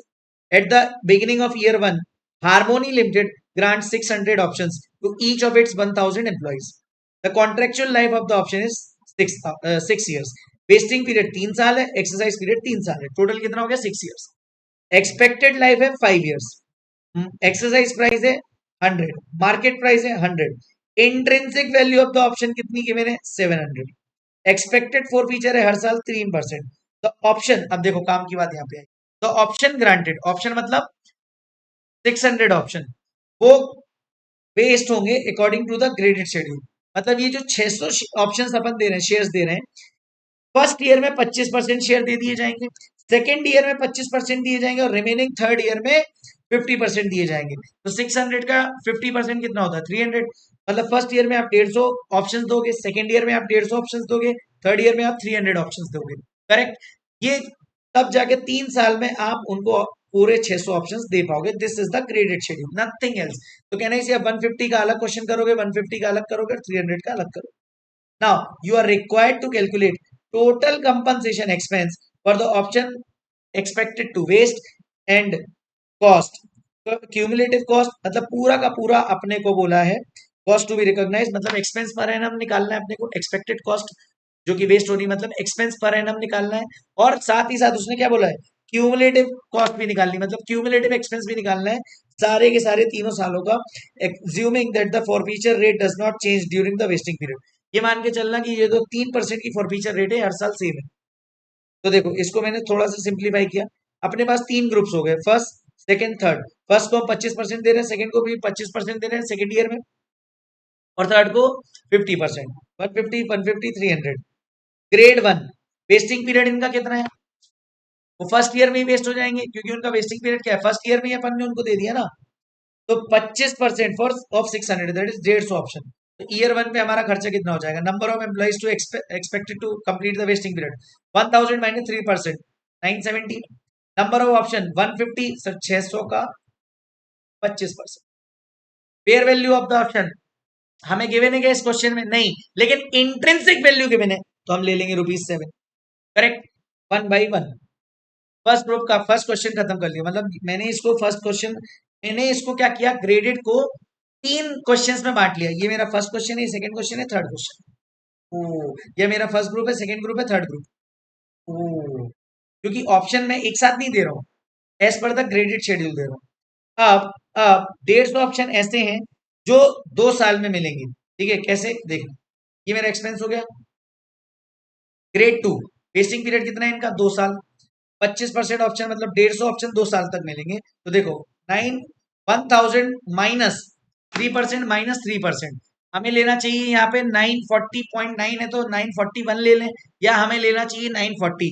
बट चूंकि आईसीआई ने जब इसका सजेस्टेड आंसर दिया दोस्तों, तो आईसीआई ने सिर्फ ग्रेडेड ऑप्शन में उन्होंने पॉइंट लेके रखा है। तो आपको याद रखना, देखो अगेन मैं बोलूंगा, आईसीआई ने बोला 2 + 2 22, तो फिर अपन 22 ही करना सजेस्टेड में, don't take your risk. Perfect, याद रखना 2 + 2 22 बोला है तो फिर 2 + 2 22 ही लिखना पड़ेगा। तो आईसीआई ने जनरली पूरे शेयर बेस्ड पेमेंट में जहां पे पॉइंट में एम्प्लॉइज आ रहे हैं तो उसको अगर 0.5 से तो राउंड ऑफ कर दिया या कम कर दिया, लेकिन एकमात्र ग्रेडेड ऑप्शन है जहां पे इंस्टीट्यूट ने ऐसा नहीं किया, इंस्टीट्यूट ने 940.9 ही रखा है, तो अपन भी 940.9 ही रखेंगे। अच्छा 150 option first year, 150 option second year, fair value of the option else, यही 1/2 2/2 खत्म हो गया। अब तीसरे साल पे कितने, 3 साल तक वेस्टिंग पीरियड वाले कितने ऑप्शन है सर 300 ऑप्शन, मतलब देखो टोटल 600 ऑप्शन है। फर्स्ट ईयर में वेस्ट हो जाएंगे ऐसे ऑप्शन कितने 150, उसमें से 150 ऑप्शन ऐसे हैं जो 2 साल में वेस्ट होंगे, और 300 ऑप्शन ऐसे हैं जो 3 साल में वेस्ट होंगे। तो देखो 1000 माइनस 3% माइनस 3% माइनस 3%, 3 साल तक 300 300 300 777 1/3 2/3 3/3, और ये जाके खत्म हो गया यहाँ, करेक्ट। इसकी आप जाके चाहो तो यहाँ पे तो अपने को इस क्वेश्चन में एक्सपेंसिव पूछा था, क्योंकि ये बड़ा क्वेश्चन हो जाता है, तो एंट्री उसने नहीं पूछी थी, है ना। तो ये था हमारा जुलाई 21 वाला क्वेश्चन। एक और क्वेश्चन है सिमिलर आरटीपी नवंबर 22 का, आप चाहो तो प्रैक्टिस कर सकते हो, कोई दिक्कत वाली बात नहीं है। अब हम दोस्तों आ जाते हैं कहां पर, स्टॉक अप्रिसिएशन राइट पर। What is this stock appreciation right, तो इसे हम लोकल लैंग्वेज में बोलते हैं कैश सेटलमेंट ऑप्शन, नॉर्मली क्या बोलते हैं कैश सेटलमेंट ऑप्शन, जिसे हम रिच इंग्लिश में बोलते हैं यू नो रिच इंग्लिश, उसमें हम बोलते हैं स्टॉक अप्रिसिएशन राइट। यहाँ पर हम एम्प्लॉय को कैश नहीं, सॉरी, शेयर्स नहीं देते, कैश देते हैं। याद करो, मैंने कल जब ई शॉप चालू किया था दोस्तों, तो वहां पर मैंने आपको ओवरव्यू बताया था। तो हम एसबीपी स्कीम पढ़ रहे हैं अभी भी विद एम्प्लॉय से इक्विटी सेटल वाला, ये हमारा सबसे बड़ा चंक खत्म हो गया। अब हम आते हैं कैश सेटलमेंट पर, और फटाफट से उसको खत्म करके कैश और इक्विटी दोनों वाले पे चलते हैं। तो अब हम आ रहे हैं कैश सेटलमेंट, सार स्टॉक अप्रिसिएशन राइट्स। फटाफट से कॉन्सेप्ट नंबर 5 इस चैप्टर का, करेक्ट, आ जाइए दोस्तों। ये हैंड रिटन नोट्स मेरे इस वीडियो के डिस्क्रिप्शन में मिल जाएंगे, मेरे टेलीग्राम पे मिल जाएंगे, don't you worry about it. आपको कोई भी डाउट हो आप मेरे से पूछ सकते हैं। कैश सेटलमेंट ऑप्शन, सर ये इसको क्या बोलते हैं? It is also known as stock appreciation right. ठीक है, ये एक ऐसा अरेंजमेंट है जहां हम एम्प्लॉइज को देते हैं क्या? कैश। क्या देते हैं? Cash. Are entitled to recover cash equal to increase in the value of share up to the exercise of option. याद रखना, एक्सरसाइज करने तक अगर जो हम ऑप्शन देने वाले हैं एम्प्लॉय को, उसकी मार्केट वैल्यू में इंक्रीज जितना होगा उतना पार्ट हम उसे कैश में दे देंगे। This is nothing but stock appreciation rights, correct. ये तो मैंने बहुत इसको डीप में समझाया था कि कैसे कंपनी वगैरह देती है ना। इस तरीके का होता है कि भाई एम्प्लॉय का नाम होगा, मेल आएगा ऐसा, you will be entitled to cash in excess of ₹50 per share provided you work with the company without interruption up to 31 March 2025। और ये आया कब तक? मेल 1 अप्रैल 2022। तो ये मेरा वेस्टिंग डेट हो जाएगी। You exercise the option up to 2, you can exercise the option up to 2 years from this. यहाँ से 2 साल तक आपका एक्सरसाइज पीरियड हो जाएगा। You will be entitled to cash equal to market price, और उसको हम बोलते हैं intrinsic value during the exercise period. तो याद रखना, याद रखना, याद रखना, यहाँ पर हम इक्विटी शेयर्स नहीं दे रहे हैं उसको, यहाँ पे हम उसको क्या दे रहे हैं? कैश। और कैश कितनी देंगे? जो भी price above the market price, cash equal to, देखो क्या लिखा है, employee will be entitled to cash equal to market price of the share during the exercise period. Exercise period में मान लो मैंने आपको ऑफर दिया एसबीपी स्कीम का 5 साल के लिए, जिसमें से 3 साल है वेस्टिंग पीरियड, और उसके बाद 2 साल में आप कभी भी शेयर्स ले सकते हो। और कंपनी ने ये जो ऑफर दिया है आपको एसबीपी का, that is cash settlement option. Cash settlement option में क्या होगा कि भाई 3 साल तक उसकी जो मार्केट प्राइस रही, अब जब एक्सरसाइज पीरियड 4th और 5th ईयर में है, तो जिस टाइम पे आप एक्सरसाइज करोगे अपने शेयर, उस दिन पे जो भी आपकी मार्केट प्राइस रहेगी उसके बराबर का कैश आपको मिल जाएगा। इंस्टेड ऑफ इक्विटी शेयर्स आपको मिल जाएंगे कैश। ठीक है, तो अकाउंटिंग कैसे होगी? अकाउंटिंग होगी fair value of the option at year end of share granted is to be recognized as expense over expense deferred over vesting period. याद रखना, यहाँ पर fair value of the option हमें कब देखना है? ईयर एंड पर। कब? किसके? स्टॉक अप्रिसिएशन राइट जब हमारा एंड हो रहा है ग्रांटेड डेट पर, is recognised as expense recognise deferred over vesting period. Sir कैसे? मैं आपको समझाता हूँ। सपोज सपोज ध्यान से ये देखना, जो मैंने 5 साल वाला आपको बोला था, ग्रांट डेट पर मेरे शेयर की फेयर मार्केट वैल्यू है 170 और मेरी एक्सरसाइज प्राइस है 50 उस दिन, तो मेरी इंट्रिंसिक वैल्यू कितनी होगी? 120, और इस दिन पे मेरी fair value of the option कितना है? 111। वेस्टिंग पीरियड तक तो हम, वेस्टिंग पीरियड तक मतलब ये 3 साल तक, ग्रांड डेट से वेस्टिंग पीरियड तक जो भी हम एक्सपेंस बुक करेंगे दोस्तों, 100 बात की एक बात हम फेयर वैल्यू पर रिकॉर्ड करेंगे, fair value of the option पर रिकॉर्ड। Am I clear?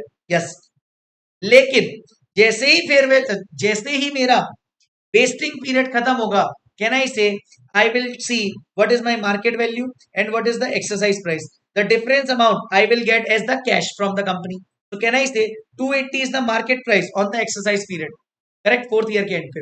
और मुझे शेयर लेने हैं तो मुझे कितना देना पड़ेगा कंपनी को? 50। तो कैन आई से खर्चा कितना बचा? 230। 230 कौन खर्च करेगा? कंपनी। तो या तो कंपनी 230 के शेयर्स दे दे, या फिर 230 के कैश दे दे। तो यहाँ पे कंपनी कैश दे रही है, यहाँ पे सेम 310 हुई मान लो 5th ईयर पे। ये मैंने अज्यूम किए फिगर्स, हाँ, ऐसा नहीं कहीं गिवन थे। 310 50, तो 260 कैश देना रहेगी, करेक्ट। बट याद रखना पर एनम आपको कितना देना है, ये तो क्यूमुलेटिव हो जाएगा। तो देखो यहाँ पे खर्चा अगर 133 का है, 133 फेयर वैल्यू है, मान लो एक एम्प्लॉई है, एक ऑप्शन है और पीरियड फैक्टर 1/3, तो फर्स्ट ईयर का खर्चा 44, सेकेंड ईयर का 59, थर्ड ईयर का 107, क्योंकि अपने को एक्सपेंस पर एनम निकालना है। ये मेरा क्यूमुलेटिव एक्सपेंस हो जाएगा। ये डेफरमेंट होगा of expense till vesting date, ठीक है। बट माय डियर फ्रेंड्स यहां पर जो 230 आया एक्सरसाइज पीरियड के दौरान, ये क्या है मेरा एक्सरसाइज पीरियड, ये देखो इस दौरान मेरे को कैश कितना देना, मैं कंपनी को एम्प्लॉय को कितना देना 230, जबकि मेरा लास्ट पेमेंट कितना तक का हो जाना चाहिए था 210 का, तो मैं इसमें से इसको माइनस करके ये निकाल लूंगा 210 में से, तो मेरे को 20 इस साल देने हैं और 260 माइनस 230, तो मेरा 30 यहाँ पे इस साल का बचेगा। Am I clear? सर इसको एग्जाम्पल के अलावा क्वेश्चन के फॉर्म में दिखाओगे तो थोड़ा सा और क्लियरिटी आ जाएगी। बिल्कुल मैं दिखा देता हूँ। आ जाओ क्वेश्चन नंबर 23, बिल्कुल छोटा सा क्वेश्चन है। क्वेश्चन नंबर 2 है आपके टेस्ट योर नॉलेज का। फटाफट से, एक कंपनी ने इशू किए हैं 50 shares each to its 170 employees subject to service condition of next 2 years. Settlement is to be made in cash. Settlement किस पे होगा बेटा? कैश में होगा। Grant date fair value of the share is 85. However, fair value at the first year and second year is 80 and 90. Calculate the expense for the year 1 2. याद रखना, चूंकि cash appreciation जो यहाँ पे स्टॉक कैश में settlement हो रहा है, तो हर साल की फेयर वैल्यू इंपॉर्टेंट है। अगर ईशॉप था तो मैं ग्रांट डेट की फेयर वैल्यू से ही खर्चा बुक करता। बट माय डियर फ्रेंड्स, यहां पर मैंने आपको फर्स्ट पॉइंट पे क्या पढ़ाया था कि fair value of the option at year end of share granted is to be recognize as expense deferred over the vesting period. हर ईयर एंड पर जो मेरी fair value of the option है उसके बेसिस पर ही मैं एक्सपेंस बुक करूंगा in cash settlement option. क्यों? क्योंकि उसी के बेसिस पे ही तो मुझे पता चलेगा कि मुझे एम्प्लॉय को कितना देना है और कितना वो एक्सरसाइज कर पाएगा। पक्का? ओके सर, उसके बाद क्या लिखा है? उसके बाद कॉन्सेप्ट में लिखा है post vesting date change in the fair value of share till it is paid is recognised as expense without deferment. याद रखना, पोस्ट वेस्टिंग डेट कहां पे खत्म होगी? थर्ड ईयर में। इसके बाद से जो भी खर्चा है वो डायरेक्टली बिना डेफरमेंट के बुक होता जाएगा। Correct. Share not exercise will be reverse through P or L. जो भी कैश सेटलमेंट ऑप्शन एक्सरसाइज नहीं होगा वो कहां पे चला जाएगा? पीओरएल में। SAR, when recognized, will be entitled to intrinsic value of shares on the exercise date. याद रखना, एक्सरसाइज डेट पर वो इंट्रिंसिक वैल्यू पर रिकॉग्नाइज होगा। क्यों? क्योंकि देखो आपकी fair market value of the share इतनी है, market value of the share, जिसमें से एक्सरसाइज प्राइस कितनी है? 20। Fair value of the option यहाँ पे कुछ होगा ही नहीं। क्यों? क्योंकि fair value of the option कब तक के लिए काम रहता है? जब तक कि वो एक कॉन्ट्रैक्ट रहता है, जब तक आप सर्विस कंडीशन सर्व कर रहे हो।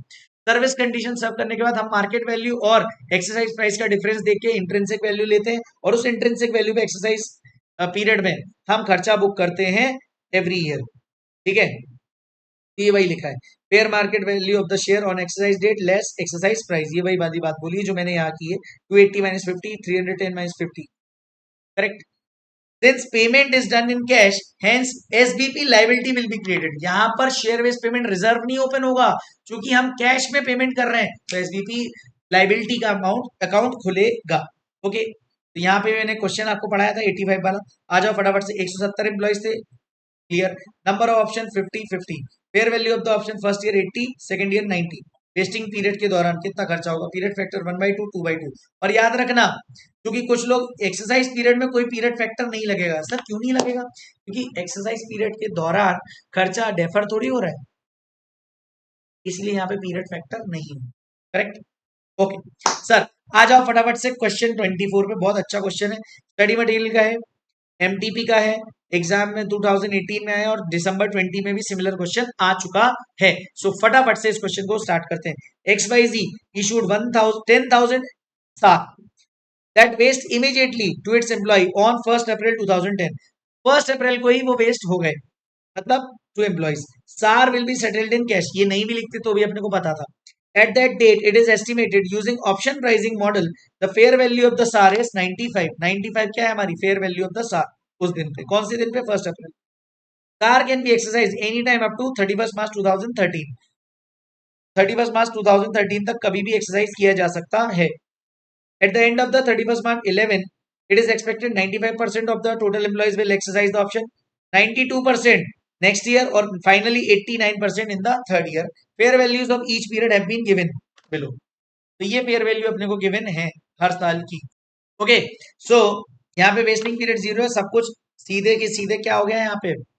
एक्सरसाइज पीरियड चालू हो गया है। एक्सरसाइज पीरियड के दौरान फेयर वैल्यू ऑफ द सार गिवन है अपने को, पास द नेसेसरी जनरल एंट्रीज। तो पहले अपने को एक्सपेंस पर निकालना पड़ेगा। अब चूंकि यहाँ पे डायरेक्टली क्वेश्चन में क्या है, अपने को एक्सरसाइज पीरियड दिया है और ग्रांट डेट दी है। तो number of employees expected to complete the vesting period, हमें गिवन है कि नंबर ऑफ एम्प्लॉइज नहीं, तो हम क्या करेंगे 100%, 95%, 92%, 89%, यही ले लेंगे। नंबर ऑफ ऑप्शंस कितने ऑफर्ड है, 10,000, 10,000, 10,000, 10,000। Fair value of the option कितने गिवन है, 95 ऑन द फर्स्ट डेट, फिर 112 यहाँ पे गिवन है, फिर 109, फिर 114। चूंकि ये एक्सरसाइज पीरियड है, पीरियड फैक्टर कुछ भी नहीं होगा, याद रखना, ये गलती एग्जाम में हो जाती है। बहुत ही सिली मिस्टेक से आपके इस चैप्टर में ना मार्क्स आएंगे, कुछ भी टफ नहीं है इसमें। अच्छा, यहाँ एक्सपेंस ऑलरेडी रिकॉग्नाइज, ये तो लेस हो गई और जाके मेरा करंट ईयर का एक्सपेंस आ जाएगा। ये चूंकि नेगेटिव आया है तो रिवर्स एंट्री होगी। Employee benefit expense to SBPL और P and L to employ benefit expense, और लास्ट ईयर में share based payment liability to employee to bank, ये इतना पेमेंट कर दिया जाएगा टोटल, इतना ये रिवर्स में एंट्री जाएगी। यहाँ पे हो जाएगी थर्ड ईयर में employee benefit expense to P or L, और ये आ जाएगा share based payment liability to employ benefit expense. ये कब आएंगी, ये आएंगी थर्ड ईयर में। एम आई क्लियर चार्टर्स, पक्का। चलो अब आ जाते हैं नेक्स्ट क्वेश्चन पे, दैट इज क्वेश्चन नंबर 25। ये क्वेश्चन आरटीपी नवंबर 18 का है, एमटीपी मई 22 का है, नवंबर 19 की एग्जाम में आया, मई 25 की एग्जाम में भी इस तरह का क्वेश्चन आ चुका है, और प्रैक्टिस क्वेश्चन नंबर 1 है स्टडी मटेरियल का। तो बहुत इंपॉर्टेंट क्वेश्चन है, इसको भी फटाफट से देख लेते हैं। फटाफट से ये क्वेश्चन पढ़ते हैं। पी लिमिटेड ने ग्रांट करे 400 stock option appreciation right. SR सार दिखा मतलब आप मान लो कैश का सेटलमेंट होना है। 275 employees on 1st April 2017. Fair value कितनी है 200. The terms of the award require the employee to provide the service for 4 years in order to earn the reward. The fair value of the each SAR at each reporting date is this 210, 220, 215, 218. अपने को हर साल की fair value भी given है. What would be the difference if at the end of the second year of service, that is 31st March 2019, P Limited modifies the term to require only 3 years of service. मतलब अगर वो उसने एक और चीज बोली, पहले तो आप नॉर्मल क्वेश्चन करो, फिर वो आपसे बोल रहा है कि अगर 4 की जगह 3 साल ही होता पीरियड, एक्सरसाइज पीरियड, तो कहना है उस टाइम पर क्या डिफरेंस हो जाता आपके एक्सपेंस पर, और आपको उसके हिसाब से जनरल एंट्रीज पास करनी है। तो फटाफट से लिखते हैं अपन। देखो 75 एम्प्लॉइज थे throughout the 4 years. Number of options कितने हैं 400, 400, 400। Grant date sorry first year end 210, 220, 215, 218। Sir पिछले क्वेश्चन पे अपन ने फर्स्ट डेट क्यों ली और यहाँ पे यही 4 रेट ली, इसको लिया ही नहीं। देखो पिछले क्वेश्चन और इस क्वेश्चन में एक डिफरेंस है। पूछो क्या सर, क्या सर, यहाँ पर अगर आप ध्यान से पढ़ोगे ना बाबू, तो यहाँ पर आपको ना एक्सरसाइज पीरियड गिवन ही नहीं है, पूरा वेस्टिंग पीरियड है। बट यहाँ पर बाबू आप क्वेश्चन देखोगे ना, तो ये पूरा एक्सरसाइज पीरियड है, डे 1 पे ही वेस्ट हो गया, तो वेस्टिंग पीरियड लास्ट डे का आएगा। ओ तो ये last day of my vesting period है, ओके। और यहाँ पे फर्स्ट ईयर एंड है of the vesting period, second year, फिर ये थर्ड, ये फोर्थ, ऐसे करके अपन निकाल लेंगे खर्च हर साल का। करेक्ट। नाउ अगर पी लिमिटेड ने मॉडिफाई कर दिया टर्म्स ऑफ अवार्ड 3 इयर्स का, तो कहना है कि मैं 3 इयर्स के हिसाब से क्वेश्चन कर दूंगा और उसकी एंट्री निकाल लूंगा। फिर exercise period when vesting period is equal to 4 years, तो मेरी ये एंट्री पास होगी। और ऐसा भी मैं कर सकता हूँ एग्जाम में, पीएनएल वाली एंट्री ना करना चाहूँ तो employee benefit expense debit PNL bracket में लिख दूं to share based payment liability, हर साल का खर्चा। और अगर 3 साल का है तो इस तरह से क्वेश्चन कर सकते हैं, पक्का। अच्छा अब आ जाते हैं बेटा एमटीपी दिसंबर 21 के क्वेश्चन पे। अच्छा क्वेश्चन था, एमटीपी में था दिसंबर 21 के। ये क्वेश्चन एक ऐसा है, इसमें क्या इंडेस 102 के साथ साथ आपको अपना events occurring after reporting date वाला भी एक एडजस्टमेंट आ जाता है यहाँ पे, तो इसको भी इसलिए पे अपन यहीं पे देख लेते हैं। क्वेश्चन नंबर 26 है अपनी टेक्स्ट बुक का, और एमटीपी दिसंबर 21 का ये क्वेश्चन है। तो Rider a public limited company is reviewing certain events which have occurred since its year end 31st March 2014. Financial statements were authorized for issue on 12th May. मतलब financial statements authorized कब हो गए थे for the issue on 12th May. ठीक है।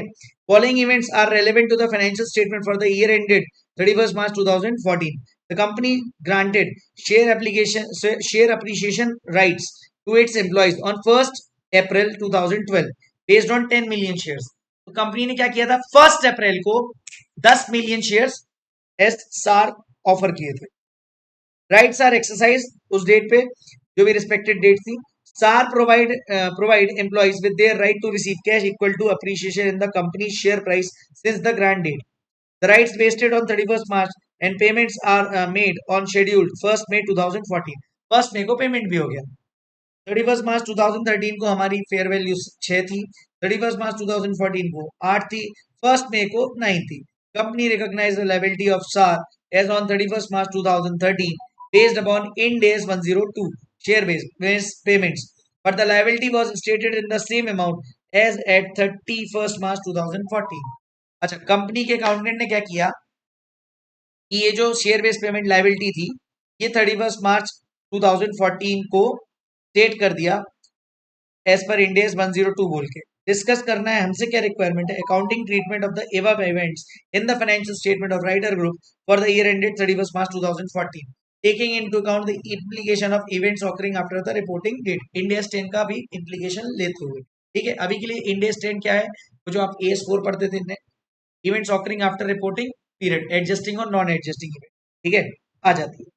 चलिए, Ind AS 102 अपने को क्या रिक्वायर करता है, company to remeasure the fair value of liability to pay cash settled at each year end and the settlement date until the liability is settled. Hence the expense should have been recognized as under. किस तरह से expense recognize होगा, देखो एक तो 31 मार्च 2013 को recognize होगा, एक सेकेंड ईयर के एंड पे होगा और एक जिस दिन पेमेंट हो रहा है 1 मई 2014 को. एक एम्प्लॉई था, number of option 10 million shares थे, fair value of the option 6, 8 और 9 गिवन था. पीरियड फैक्टर वेस्टिंग पीरियड में रहेगा लेकिन एक्सरसाइज पीरियड के दौरान कोई पीरियड फैक्टर नहीं रहता. एक्सपेंस हमने जो अर्लियर रिकॉग्नाइज किया वो लेस कर दिया, तो टोटल मेरा एक्सपेंस पर एनम आ चुका है. कंपनी ने क्या किया, इसको रिकॉग्नाइज क्या किया, recognise the expense of 30 million on 31st March 2013 और 31st मार्च 2014. इन्होंने क्या किया, 30 मिलियन का जो अमाउंट है वो कब रिकॉर्ड किया, 31st मार्च 2013 और 31st मार्च 2014, जो कि कंपनी ने किया है इनकरेक्ट. पूछो क्यों, क्योंकि कंपनी को 31 मार्च 2014 को सिर्फ 50 मिलियन का अमाउंट और रिकॉग्नाइज करना था, जो कि कंपनी ने नहीं किया. देखो इन्होंने क्या लिखा था, company recognise liability of SAR on 31st March 2013 based upon Ind AS 102, but the liability was stated at the same amount. Same amount मतलब जो इस साल 30 मिलियन की थी उसी को आपने 31 मार्च 2014 पे भी 30 मिलियन पे ही दिखा दिया, जो कि गलत किया देवसेना, गलत किया देवसेना. और ऐसी गलती करने वाले को आईसीआई कभी मार्क्स नहीं देता. और ऐसा होता है जब आप बहुत टेंशन में पड़ते हो, भाई सब कुछ नहीं लिखा, उसने बोला सेम अमाउंट पे रिकॉर्ड कर दिया, जबकि अमाउंट आपका कितना आ रहा है 50 मिलियन. तो कहना इसे 20 मिलियन से बढ़ाना पड़ेगा, आपने 30 तो ऑलरेडी करके रखा है, 20 से और आपको करेक्ट करना पड़ेगा और 10 यहाँ का. तो कहना इसे because on 31st March company should recognize additional liability of 20 million, that is in total 50 million on 31st March 2014. SAR is settled on 1st May 2014 at 90 million. So rupees 10 million is adjusting event or not? It depends. Depend किस पे करेगा? 10 million is increase in the value of SAR should not be counted on 31st March. देखो ये जो 10 million है ये 1 मई से पहले तो रिकॉग्नाइज नहीं कर सकते, समझे क्यों?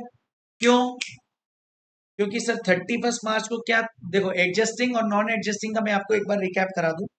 ऐसा कोई भी इवेंट जिसके होने का कोई एविडेंस ना हो 31 मार्च को ईयर एंड पर, तो फिर उसे हम एडजस्टिंग नहीं बोल सकते. हम इसको डिटेल में कहाँ डिस्कस करेंगे और Ind AS 10 में, don't you worry about it. But अभी आ जाओ, तो क्या मेरे पास 31 मार्च 2014 को ये पता था कि 10 मिलियन और एक्स्ट्रा मेरे पास आने वाले हैं? नहीं. तो कहना इसे, इसको मैं नॉन एडजस्टिंग इवेंट बोलूंगा, बिकॉज रीजन भी मुझे देना पड़ेगा. There was no evidence of fair value of SAR on first. देखो ये जो 10 मिलियन है, ये 10 मिलियन आया कहां से, 9 रुपीज की फेयर वैल्यू के बेसिस पे. क्या 9 रुपीज की फेयर वैल्यू मुझे 31 मार्च 2014 को पता है? नो वो तो मेरे को फर्स्ट में को ही पता चलेगी. कैन आई से it is non adjusting event, याद रखना. Since it is non adjusting event, why? Because fair value हमें मालूम नहीं है और एक्सरसाइज एम्प्लॉय कब करेगा ये भी हमें पता नहीं। वो तो एम्प्लॉय के ऊपर है ना, वो 1 मई को कर सकता है, हो सकता 30 अप्रैल को कर सकता था, 2 मई को कर सकता था। ये मुझे 1 मई को ही पता चल रहा है, 31 मार्च को मैं एस्टिमेट ही नहीं कर सकता। करेक्ट। तो इसलिए ये नॉन एडजस्टिंग इवेंट है 10 मिलियन वाला। This was the end of the सार अप्रिशिएशन राइट। एक क्वेश्चन और है दोस्तों, नवंबर 23 का बहुत बेहतरीन क्वेश्चन एग्जाम में आया था भाई। इसमें ना रिवर्स कैलकुलेशन से अपन एम्प्लॉयज को कैलकुलेट करेंगे, बस और कुछ भी खास नहीं था इसमें। देखना, ए लिमिटेड है जिसने सारे अनाउंस किया है ऑन 1 अप्रैल 2020 अपने हर एम्प्लॉय को। Scheme gives the right to claim the cash payment equivalent to, मतलब ये कॉन्सेप्ट लिख दिया, प्राइस ऑफ ऑफर 250 पर शेयर, 250 रुपए पर share in respect of 100 shares, मतलब कितना ऑप्शन वो ऑफर कर रहा है, 100 शेयर्स ऑफर कर रहा था। Subject to condition of continuous employment of 3 years, मतलब वेस्टिंग पीरियड 3 साल का है। The SAR is exercisable after 31 March 2023 but before 30 June 2023, मतलब 31 मार्च 2023 पे वेस्टिंग डेट है मेरी और 30 जून मेरी लास्ट डेट है एक्सरसाइज करने की। फेयर वैल्यू ईयर एंड पे गिवन है, फर्स्ट ईयर 2021 में 42, 21-22 में 46 और 22-23 में 48। 2020-21 में कंपनी ने एस्टिमेट किया कि 2% of the employee shall leave the company annually, 2% of the employee shall leave the company annually. This estimate was revise to 3% in 21-22 और एक्चुअल में 15 एम्प्लॉयज लेफ्ट करके गए थे 2021 में, 10 एम्प्लॉयज लेफ्ट करके गए थे 21-22 में और 8 एम्प्लॉयज लेफ्ट करके गए थे 22 और 23 में। Are therefore actually vested in the 492 employees. देखो अभी इस लाइन के पहले ये तो बताया ही नहीं कि कितने टोटल एम्प्लॉयज थे, बस उन्होंने ये बता दिया कि वेस्टिंग पीरियड जब खत्म हो रहा था तब एक्चुअल में 492 एम्प्लॉयज बचे थे। और as on 30th June and when SAR was exercised the intrinsic sorry जो लास्ट डेट थी एक्सरसाइज करने की, when SAR was exercised the intrinsic value was 50 per share। intrinsic value कितनी थी? 50। वो बोल रहे हैं कंप्यूट करो by fair value method SAR expense for financial years, also provide SAR ledger from inception, inception का मतलब होता है बिगिनिंग टिल क्लोजर, और डिस्कस करो क्या whether this account is in the nature of liability और इक्विटी। क्योंकि ये सार है तो बेटा हमारा अकाउंट जो शेयर बेस्ड पेमेंट स्कीम का बनेगा वो लाइबिलिटी के फॉर्म का बनेगा। करेक्ट, क्योंकि हमारी ऑब्लिगेशन है, कंपनी की ऑब्लिगेशन। अब इन्होंने लेजर बनाने का बोला तो हम सबसे पहले क्या करेंगे दोस्तों, हम सबसे पहले एक्सपेंस पर एनम की टेबल बनाएंगे। करेक्ट, ध्यान से, number of employees expected to complete the vesting period. मेरे पास लास्ट ईयर में कितने एम्प्लॉइज हैं? 492। 492 कब है ये? एक्सरसाइज डेट पर। कौन सी डेट पर? एक्सरसाइज डेट पर। ये मेरी वेस्टिंग डेट है। इस डे पे मेरे पास 492 बचे हैं। अच्छा, 492 मेरे पास जो बचे हैं तो इसको मैं रिवर्स जाके कैलकुलेट करूंगा। कहना ही से अपन क्वेश्चन पे वापस आए तो एक बार ध्यान से देखें। सेकेंड ईयर में 15, फर्स्ट ईयर में 15 जा चुके, सेकेंड ईयर में 10 जा चुके, कहना ही से, और फिर 3% का और जाएगा। तो मैंने आपको ये बताया भी था बेसिक्स में कि मेरे टोटल 492 है। 492 में से अगर मैं पहले इनका रिवर्स कैलकुलेशन करूं, मेरे पास लास्ट डे पे बचे 492 एम्प्लॉइज। लास्ट ईयर गए 8 प्लस सेकेंड ईयर गए 10 और फर्स्ट ईयर गए 15, तो ये हो जाएगा 525 एम्प्लॉइज। मतलब मेरे पास डे वन पर 525 एम्प्लॉइज थे। करेक्ट, अब मैं 525 से लेके कैलकुलेशन करूं तो 525 माइनस 15 और माइनस 2%, 2% 2 साल का। करेक्ट, क्योंकि डे वन पे एस्टिमेट कितना था? 2%। फिर 525 माइनस 15 और माइनस 10 और माइनस 3%, क्योंकि एस्टिमेट चेंज हो गया 3%, और यहाँ पे 15 और 10 चले जाएंगे। और यहाँ पर 525, यहाँ पे मैं लिखना भी चाहूँ तो लिख दूं 525 माइनस 15 माइनस 10 और माइनस 8 इज इक्वल टू 492, और एक्सरसाइज डेट पर उतने ही बचे। अब ये क्वेश्चन मेरे लिए मैनेजेबल है। Number of options 100, fair value of the option 42, 46, और अपने को कितनी गिवन है? 42, 46 और 48, और लास्ट डे जिस दिन एक्सरसाइज हुआ उस दिन कितनी थी? 50 इंट्रिंसिक वैल्यू अपने को गिवन थी उस दिन। ये मेरी intrinsic value, else intrinsic value. Period factor 1/3, 2/3, 3/3, और ये यहाँ पे कुछ भी नहीं आएगा क्योंकि ये एक्सरसाइज डेट है। टोटल एक्सपेंस आ गया, फिर एक्सपेंस ऑलरेडी रिकॉग्नाइज वो भी हटा दो तो ये आ जाएगा मेरा अमाउंट। करेक्ट, सार का लेजर बना दो।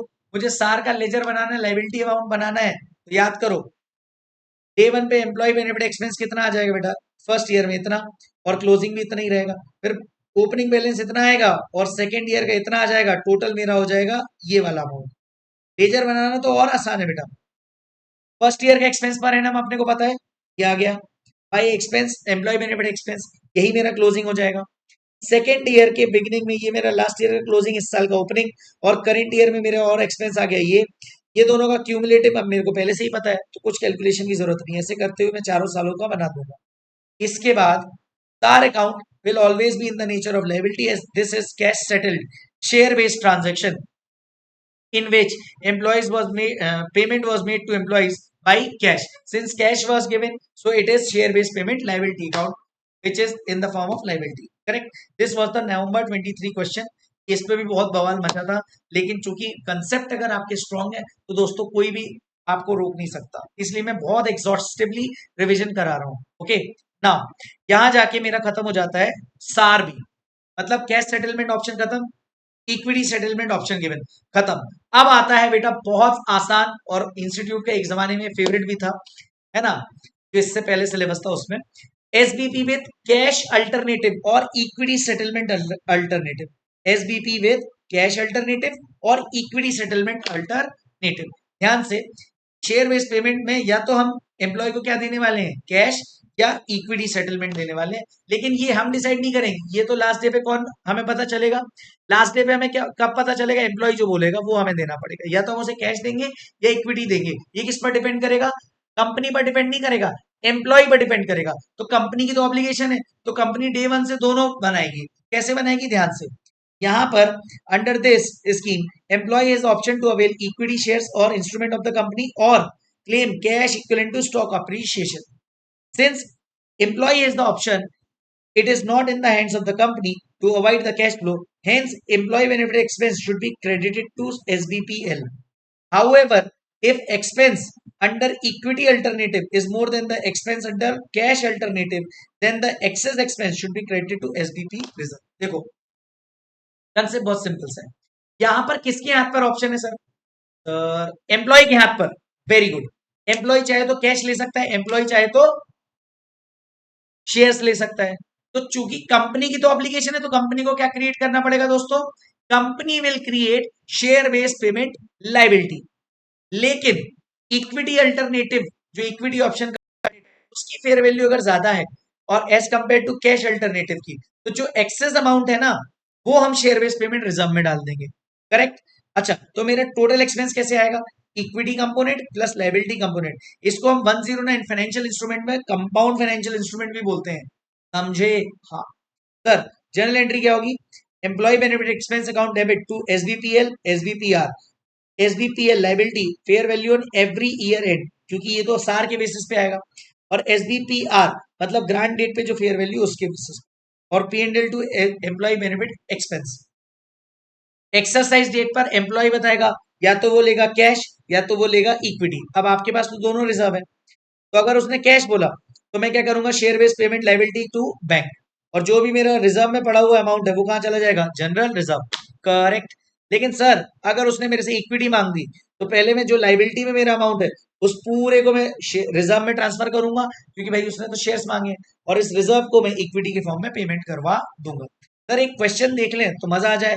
ये क्वेश्चन मॉड्यूल में भी है, दिसंबर 21 में भी आया, मई 23 में भी आया हो, फटाफट से देख लेते हैं।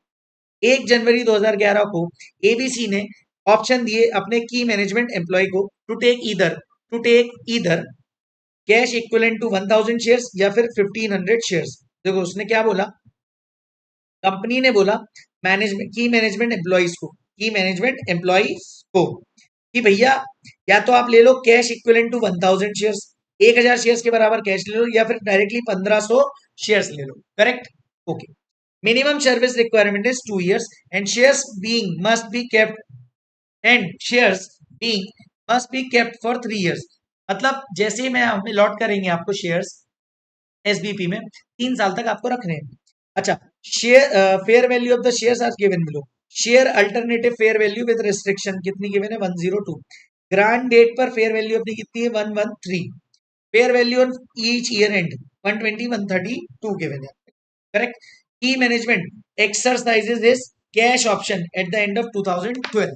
नाउ अपने को जनरल एंट्री पास करनी है, तो यहाँ पे अपन सबसे पहले निकालेंगे कि चूंकि मेरा मेरा यहाँ पर मेरा यहाँ पर ग्रांट डेट पर फेयर वैल्यू कितना है 113। ये मेरा कौन सा वाला हो जाएगा, इक्विटी सेटलमेंट वाले के लिए फेयर वैल्यू, करेक्ट। लेकिन अगर मैं बात करूं कैश अल्टरनेटिव वाला, तो उस दिन पे मेरा है 102। कहना इसे कैश अल्टरनेटिव से ज्यादा मेरा इक्विटी वाला है, तो जो एक्सेस अमाउंट है, एक्सेस अमाउंट वो मैं शेयर बेस्ड पेमेंट रिजर्व में ट्रांसफर करूंगा। तो वो अमाउंट कितना होगा उसको निकालने के लिए मैं निकालूंगा calculation of equity component, calculation of equity component, correct. Sir equity component कैसे निकलेगा, देखो इक्विटी अल्टरनेटिव की टोटल वैल्यू में निकालता हूं कैसे। 1500 शेयर्स देने हैं, हाँ 1500 शेयर्स देने हैं। बच्चे कई बार देखो यहाँ पे ना, मैं वापस इसको बताता हूँ एक बार, रुको ध्यान से, ध्यान से इधर। यहाँ पर fair value of the share क्या गिवन है, शेयर अल्टरनेटिव फेयर वैल्यू कितनी गिवन है 102। ये मेरी क्या है, मैं उल्टा बोल गया था, ये मेरी है इक्विटी के लिए, क्योंकि मैं अगर शेयर दे रहा हूं, shares being taken must be kept for 3 years. मतलब अगर शेयर्स ले रहा है एम्प्लॉय तो वो 3 साल तक रखेगा, तो पोस्ट रिस्ट्रिक्शन वाला जो शेयर फेयर वैल्यू है वो मेरा इक्विटी के लिए। और ग्रांट डेट पे मेरी फेयर वैल्यू कितनी है, ये मेरे कैश के लिए। बट ये वाली वैल्यू देख के आपको जज मत कर लेना कि भैया हमें तो कुछ भी ट्रांसफर करना ही नहीं है रिजर्व में, क्यों, क्योंकि मैंने आपको बोला भी था अगर employee benefit expense, sorry, expense under equity alternative is more than expense under cash alternative, then excess will be transferred to SBP reserve। तो ये वाली बात तो यहाँ पे होगी नहीं, क्योंकि सर यहाँ पे फेयर वैल्यू ही कम है, फेयर वैल्यू कम है तो तो इसका मतलब ये नहीं है कि एक्सपेंस भी कम होगा। पूछो क्यों, क्योंकि भैया आप 1500 शेयर्स दे रहे हो और कैश वालों को 1000 शेयर्स के बराबर कैश मिलनी है। तो हम कैसे निकालेंगे इक्विटी अल्टरनेटिव, ध्यान से 1500 शेयर्स मल्टीप्लाई बाई 102 153 और 1000 शेयर्स मल्टीप्लाई बाई 113, ये आ गया। ये जो डिफरेंस आया this is my excess amount, ये हो जाएगा मेरा इक्विटी कंपोनेंट। तो इतना अमाउंट जाएगा शेयर बेस्ड पेमेंट रिजर्व में 40,000 का। चूंकि मेरा वेस्टिंग पीरियड कितना है 2 साल, तो कहना इसी ये 20-20 हजार करके दोनों साल चला जाएगा। तो नाउ अब मैं निकाल रहा हूँ calculation of employ benefit expense. Equity component में मेरा टोटल एक्सपेंस कितना है 40,000, 2 साल के लिए मुझे बांटना है तो 20,000 कर दूंगा। कैश कंपोनेंट के लिए मैं वापस से वैसे ही निकालूंगा जैसे निकालता था। Number of employees expected to complete vesting period 1 number of options 1000 fair value of option 120 और 132। ये 132 कहां से 120 130, पीरियड फैक्टर 1/2 2/2, और ये मैंने एक्सपेंस निकाल लिया अंडर कैश। अब मैं अगर बात करूं तो देखो 60,000 मैंने खर्चा बुक किया कैश अल्टरनेटिव का और 20 ये, तो टोटल फर्स्ट ईयर का 80,000 हो गया, सेकेंड ईयर का 20 और 72 92 हो गया। ठीक है, तो मेरी एंट्री पास होगी employee benefit expense account debit 20,000 SBP reserve 60,000 SBP L liability, और सेम यहाँ 20 और 72 टोटल 92, करेक्ट। एक्सरसाइज डेट पर चूंकि उसने कौन सा ऑप्शन ऑफ किया कैश वाला, तो SBP liability debit to bank total 132 में दे दूंगा पूरा बैंक को। और जो मेरा 40,000 था एसबीपी रिजर्व में वो तो अभी भी रखा हुआ है, चूंकि उसने कैश वाला लिया ही नहीं, तो इसको मैं जर्नलिज्म में ट्रांसफर कर दूंगा। ये आईसीआई करता है, करेक्ट। सिमिलर क्वेश्चन नवंबर 22 का एक क्वेश्चन, मे 18 की एमटीबी का क्वेश्चन और मॉड्यूल का इलस्ट्रेशन 6, सिमिलर टाइप का क्वेश्चन ये भी दिया हुआ है, ये भी अपन एक बार देख लेते हैं। और इसके बाद अपना ये एम्प्लॉय वाला कॉन्सेप्ट पूरा खत्म हो जाएगा, फिर तो ये चैप्टर फटाफट खत्म होने वाला है दोस्तों, अराउंड 30 मिनट्स और ये चैप्टर खत्म। ओके, टाटा इंडस्ट्री ने क्या किया, इशू किया है शेयर बेस्ड पेमेंट ऑप्शन को टू वन ऑफ इट्स की मैनेजरल पर्सन को, which can be exercise either in cash और equity.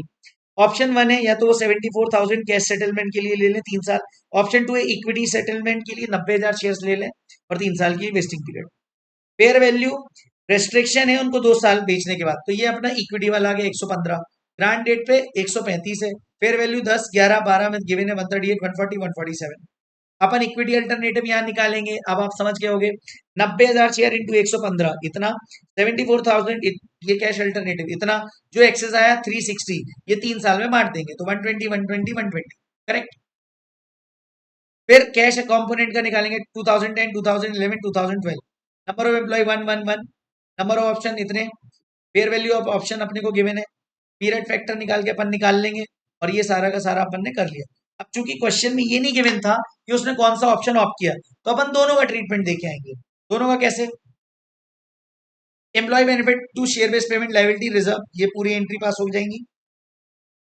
If employee exercises cash option, तो एसबीपी एल टू बैंक और SBP reserve to general reserve. If employee exercises equity option, तो भैया सबसे पहले liability वाला अमाउंट टोटल जाएगा शेयर बेस्ड पेमेंट रिजर्व में, और अब शेयर बेस्ड पेमेंट रिजर्व पूरा का पूरा कितना हो गया, ये वाला अमाउंट प्लस 360, ये वाला अमाउंट, ये पूरा यहाँ पे चला जाएगा इक्विटी में, और यहाँ पे जाके शेयर्स उसको अलॉट हो जाएंगे। सिमिलर क्वेश्चन मेरे वॉल्यूम 2 और वॉल्यूम 3 में गिवन है। मैं वॉल्यूम 3 जो मेरी है, मेरी जो क्वेश्चन बैंक है, जो एडिशनल सिमिलर क्वेश्चन आपको करने हैं रिवीजन के दौरान, वो मैं आपको मेरे टेलीग्राम पर शेयर कर दूंगा, आप वहां से डाउनलोड करके उसको सॉल्व कर सकते हैं। पक्का सर? ये सिमिलर क्वेश्चन, क्वेश्चन नंबर 31, ये भी अच्छा क्वेश्चन है, आरटीपी May 20 का, और प्रैक्टिस क्वेश्चन है स्टडी मटेरियल का, इसको भी आप कर सकते हैं, अच्छा क्वेश्चन है। इसमें बस यहाँ पे क्या हो गया, इस क्वेश्चन में 2 साल आपका फेयर, 2 साल आपका चलो देख ही लेते हैं 2 मिनट। Entity which follows its financial year as per the calendar year grants 1000 share appreciation rights to each of its 40 management employees. Star provide employee with right to receive, ठीक है, all the rights based on 31 December 2006। ये कब waste हो जाएंगे, मतलब vesting period 2006 में खत्म हो जाएगा दिसंबर के। दे कैन एक्सरसाइज ड्यूरिंग 7 और 8। Management estimates that at the grant date fair value 11 है, और उसके अलावा it estimate overall 10% of the employee will leave during the 2 year period. The fair value of the share as that, ये आपको fair value given है।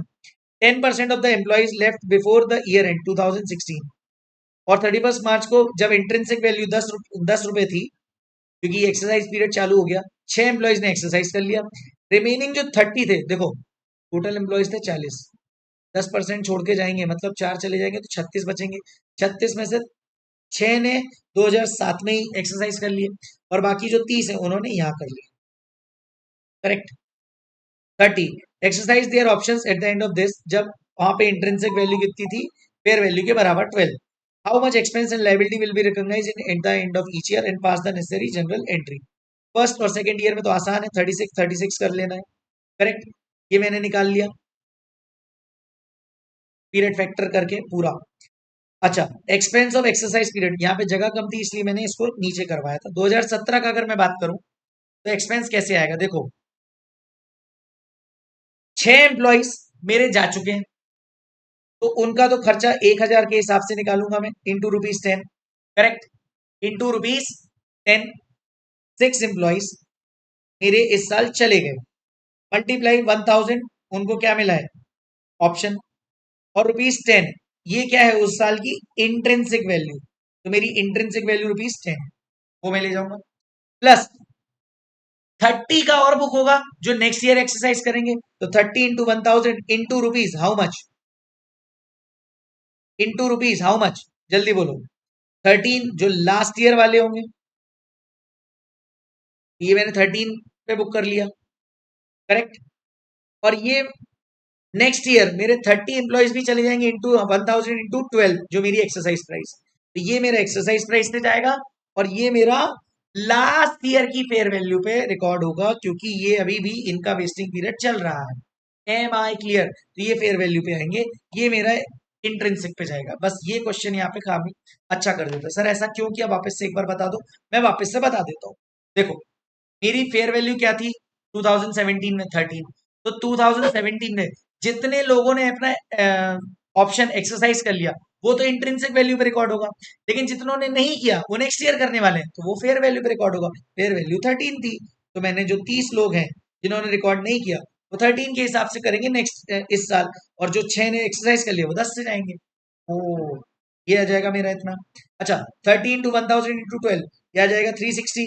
लेकिन इसका ये लास्ट ईयर मेरा इन पे 30 एम्प्लॉइज पे लास्ट ईयर जो मेरा एक्सपेंस था वो कितना आ जाएगा, 390। अच्छा, ये 288 कहाँ से आया, ये वाला। लेकिन यहाँ पे 450 लेस मत कर देना इसमें से, नहीं तो 90,000 लेस दिखेगा, ऐसा मत करना। पूछो क्यों? क्योंकि यहाँ पे 6 एम्प्लॉइज तो परमानेंटली चले गए, बचे कितने, 30, तो 30 पे आपने कितना खर्चा बुक किया था, 13 रुपए के हिसाब से, तो 390।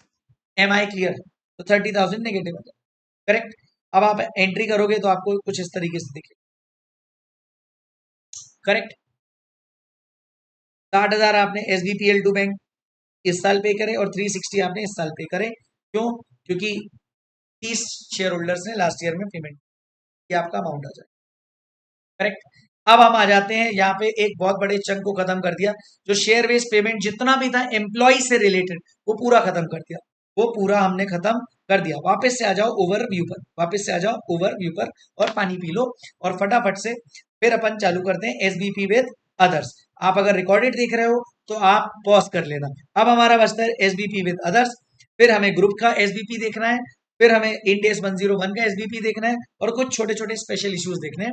तो हार्डली अराउंड 20 मिनट्स में हम ये पूरा खत्म कर देंगे। फटाफट से एक बार पानी पी के अपन इसको कंटिन्यू करते हैं।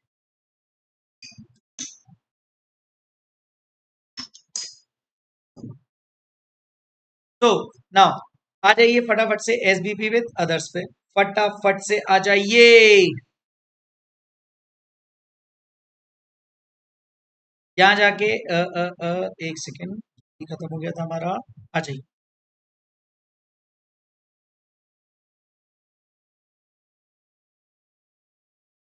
Now now chartered, this is share based payment scheme with others, मतलब other than the employee of the company. Correct. Now इसमें यहाँ पे फेयर वैल्यू हमें देखनी है। अच्छा सुनो, अभी तक हम जो पढ़ रहे थे तो वहां पे हम फेयर वैल्यू जो एक्सपेंस की निकाल रहे थे शेयर बेस्ड पेमेंट की, वो निकाल रहे थे based on the service. But यहाँ पर तो अदर देन द एम्प्लॉय है, एम्प्लॉय से हमें सर्विस नहीं मिल सकती, सर्विस के अदर देन द एम्प्लॉय, तो यहाँ सर्विस अकेली नहीं मिल सकती, यहाँ सर्विस के अलावा असेट भी मिल सकता है सामने वाले से, गुड्स भी मिल सकते हैं। तो अकॉर्डिंगली हम देखेंगे फेयर वैल्यू ऑफ द, यहाँ पे ट्रांजेक्शन किस पे रिकॉर्ड होगा, fair value of the, fair value of the goods service और assets from others should be considered for accounting under SBP transaction. अगर हमें फेयर वैल्यू इनकी पता नहीं है तब हम जाके सेकंड प्रेफरेंस देंगे fair value of equity shares को। ये मैंने कल भी बताया था। बट एम्प्लॉय के केस में हमें सिर्फ सर्विस मिलती है और हमें कॉस्ट ऑफ द सर्विस को ही मानना होता fair value of the option. याद आ रहा है? बट यहां पर ऐसा नहीं है चार्टर्स, यहां पर ऐसा नहीं है। यहां पर हमें fair value of the goods और सर्विस या असेट अगर डिटर्मिनेबल नहीं है तो हमें fair value of the equity share issued as consideration मानना पड़ेगा। रिकॉग्निशन कैसे करेंगे? Recognition of transaction should be done as in when goods service और असेट आर रिसीव। यहाँ पर कोई भी सर्विस कंडीशन नहीं होगी, परफॉर्मेंस कंडीशन नहीं होगी। हमें यहाँ पे जैसे ही सामने वाले से या तो गुड्स मिला या असेट मिला या सर्विस मिली, तुरंत हम ट्रांजेक्शन रिकॉर्ड कर लेंगे अपनी बुक्स में। यहाँ उतना टंटा है ही नहीं। चलो, यहाँ भी सर इक्विटी हम दे सकते हैं क्या सामने वाले को? बिल्कुल दे सकते हैं, क्योंकि तीनों ऑप्शन तो यहाँ भी अवेलेबल है ना। आप सोच के देखो, सामने वाले पर्सन को, सामने वाले पर्सन को हम क्या कर सकते हैं, हम यहाँ पे क्या कर सकते हैं, इक्विटी भी दे सकते हैं, कैश भी दे सकते हैं और दोनों का ऑप्शन उसको दे सकते हैं। बदले में वो हमें गुड्स दे सकता है, सर्विस दे सकता है, एसेट दे सकता है। फटाफट से हम इस पे देखते हैं। सर यहाँ पर इक्विटी सेटलमेंट अगर ऑप्शन है और इमीडिएटली सेटलमेंट हो रहा है, इमीडिएटली सेटलमेंट हो रहा है मतलब हैंड टू हैंड, एक हाथ दे एक हाथ ले, तो गुड्स और सर्विस और asset account debit to equity, खत्म हो गई बात। लेकिन अगर क्रेडिट सेटलमेंट है, मतलब आज आप पेमेंट नहीं कर रहे हो, कुछ टाइम बाद करोगे, तो good service asset account debit to SBP reserve open कर दो और जब आप सेटलमेंट कर रहे हो तो एसबीपी टू इक्विटी कर दो, खत्म हो गया। लेकिन सामने वाले ने आपको क्या दे दिया? एडवांस दे दिया, तो एडवांस पर गुड्स और service asset account debit to equity record कर लो, है ना। उसके बाद जब उसने माल दिया या सर्विस दी या असेट दिया तो आप goods service asset account debit to advance for goods service asset account कर दो, तो ये पूरा एंट्री सेटलमेंट हो जाएगी। तो इक्विटी में सिर्फ इतना ही केस आएगा, अदर्स इक्विटी आया या तो इमीडिएटली या आपको क्रेडिट सेटलमेंट करना होगा या एडवांस पेमेंट रिसीव हुआ अकॉर्डिंगली। फटाफट से आ जाओ, फटाफट से कैश सेटलमेंट ऑप्शन पे। कैश सेटलमेंट में अगर आप इमीडिएटली सेटलमेंट कर रहे हो, कैश सेटलमेंट स्कीम आपने ऑफर करी है और उसमें भी इमीडिएट आप सेटलमेंट कर रहे हो, तो गुड्स सर्विस और asset account debit to cash bank. फिर सुनो ना, अगर आप ये एंट्री देख रहे हो तो ये इंडेस 102 की है ही नहीं, ये तो नॉर्मल, ये तो नॉर्मल इंडेस 16 या इंडेस 2 की हो जाएगी। पूछो क्यों? पूछो क्यों? बताऊं क्यों? क्योंकि आपने अगर गुड्स परचेज किया होगा तो goods account debit to cash bank, फिर तो ये इन्वेंट्री हो गई। हाँ, बट बट बट मेरी बात सुनो, ओ इधर इधर इधर ध्यान से। बट सर्विस दी है, सर्विस दी है तो service account debit to cash bank. Asset दिया है तो असेट आया तो फिर इंडिया 16 आ जाएगा। हाँ, तो और टू कैश बैंक, तो यहाँ शेयर बेस तो नाम भी नहीं आ रहा ट्रांजेक्शन में, तो यहाँ पर ये इंड एस 102 की एंट्री है ही नहीं, बस इतना याद रखना और कुछ दिमाग मत लगा। क्रेडिट सेटलमेंट है, हाँ सर, क्रेडिट सेटलमेंट है तो goods service asset account debit to SBPL, क्योंकि लाइबिलिटी क्यों, क्योंकि कैश सेटलमेंट ऑप्शन है, और एसबीपीएल डेबिट टू बैंक, जिस दिन आप सेटल करोगे उस दिन आप बैंक में, बैंक के थ्रू सेटल कर दो उसको, है ना। बस याद रखना, any change in the fair value should be accounted through P and L. याद रखना, जिस दिन आपने गुड्स मंगाया या सर्विस ली या असेट परचेज किया और जिस दिन आपने पेमेंट किया, उस दिन की फेयर वैल्यू और डे वन की फेयर वैल्यू अगर कोई डिफरेंस भी है तो उसको आप पीएनएल से एडजस्ट कर देना, that's the only thing in the settlement date, correct. Advance अगर रिसीव हो, बेटा एडवांस तो रिसीव हो ही नहीं सकता कैश, एडवांस अगर यहाँ पे रिसीव हो ही नहीं सकता, यहाँ पे नो एंट्री। पूछो क्यों, एडवांस गुड्स के लिए अगर रिसीव हुआ तो आप लिखोगे क्या, goods account debit, sorry cash account debit to goods, तो एंट्री ही नहीं बन रही, तो नो एंट्री, एडवांस आएगा ही नहीं मेरी बात, एडवांस हो ही नहीं सकता ना, सोचो ना आप, सोचो ना, एडवांस हो ही नहीं सकता कैसे, ध्यान से, यहाँ पेमेंट, सोचो ना, यहाँ पेमेंट ही आपको कैश में करना है, जब आपको पेमेंट ही कैश में करना है दोस्तों, पेमेंट ही कैश में करना है, तो फिर तो यहाँ एडवांस की बात ही नहीं आएगी ना। हाँ, कैश इक्विटी, वो गुड्स भेज भी दे तो भी आपने पेमेंट तो किया ही नहीं ना। हाँ, कैश और इक्विटी अल्टरनेटिव, या तो कैश या इक्विटी, सबसे पहले वही चीज, इक्विटी कंपोनेंट निकालेंगे अगर एक्सपेंस ज्यादा है, इक्विटी अल्टरनेटिव का एक्सपेंस कैश अल्टरनेटिव से ज्यादा है, तो जो भी एक्सेस वाला है वो जाएगा इक्विटी कंपोनेंट और उसे राइट ऑफ कर देंगे अपन, वो जो भी वेस्टिंग पीरियड का टाइम ईयर्स है, और बाकी का एसबीपीएल पे अपन रिकॉर्ड कर देंगे, तो गुड्स सर्विस और asset account debit to SBPL, correct. और जिस दिन सेटल होगा उस दिन अकॉर्डिंगली अपन वही कर देंगे, मान लो अगर उसने कैश मांगी तो एसबीपीएल टू बैंक, और जो रिजर्व में है वो जनरल रिजर्व में चला जाएगा। लेकिन याद रखना, जैसे अब हम पेमेंट कर रहे हैं उस दिन अगर कोई भी फेयर वैल्यू में चेंज हुआ तो उसे हम पीएनएल से एडजस्ट करेंगे, अगर इक्विटी उसने मांगी तो एसबीपीएल टू एसबीपीआर और एसबीपीआर टू इक्विटी, सेम जो अपन ने अभी ऊपर वाले ऑप्शन में देखा था, पक्का। इससे रिलेटेड क्वेश्चन वैसे तो एग्जाम में आए नहीं है, बट फटाफट से अपन दोनों छोटे छोटे क्वेश्चन देख लेते हैं। इंडियन इनकॉर्पोरेशन इशू कर रही है 995 shares in exchange of purchase of office building, the title has been transferred in the name of Indian incorporation, 995 shares दे रही, और 1 फरवरी को शेयर्स इशू हो जाएंगे, shares were issued, fair value of the office building was, तो asset की अपने को फेयर वैल्यू के मैंने, हाँ, तो कहना ही से पीपी आ रही, तो PP to debit 2 lakhs, face value of the each share of Indian incorporation is 100, to equity share, immediate payment करेंगे जिस दिन आएगी, यहाँ पे एडवांस और क्रेडिट का कुछ दिया ही नहीं क्वेश्चन में, तो कहना है इसी जिस दिन आए उस दिन पेमेंट, इक्विटी शेयर्स में, तो equity shares capital 995 into 100 this, to security premium this, खत्म। Reliance limited hired a maintenance company for its oil fields, the services will be settled by issuing 1000 shares of Reliance, 1000 shares of Reliance. Period for which the service is to be provided is 1st April 2011 to 1st July 2011, मतलब अप्रैल मई जून ये maintenance company expense book करेगी। तो रिलायंस ने जो maintenance company को अपनी oil fields के लिए मेंटेनेंस के लिए बुलाया है, वो खर्चा वो पेमेंट कैसे कर रही, 1000 शेयर्स के फॉर्म में। पीरियड क्या है सर्विस का, 1 अप्रैल से लेके जुलाई का 2011 तक, ठीक है। Fair value of the service was estimated using market value of similar contracts is 1 lakh, अपने को टोटल कितना देना है उनको, 1 लाख रुपए देना है इन द फॉर्म ऑफ शेयर्स, ठीक है।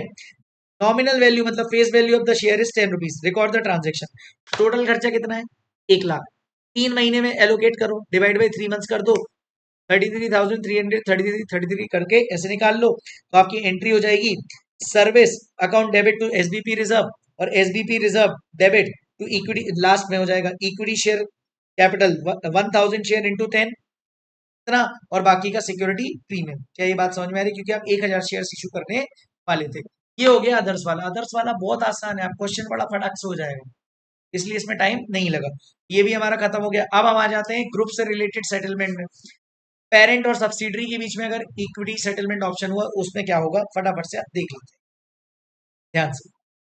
पहले ही बात बोलता है equity shares of parent are issued to subsidiary और vice versa without obligation, without obligation parent ने, सपोज पेरेंट कंपनी ने अपने शेयर्स किसको ट्रांसफर के इशू करे, किसको, सब्सिडरी के एम्प्लॉय को, या फिर वाइस वर्सा, बिना किसी लाइबिलिटी के, बिना किसी ऑब्लिगेशन के।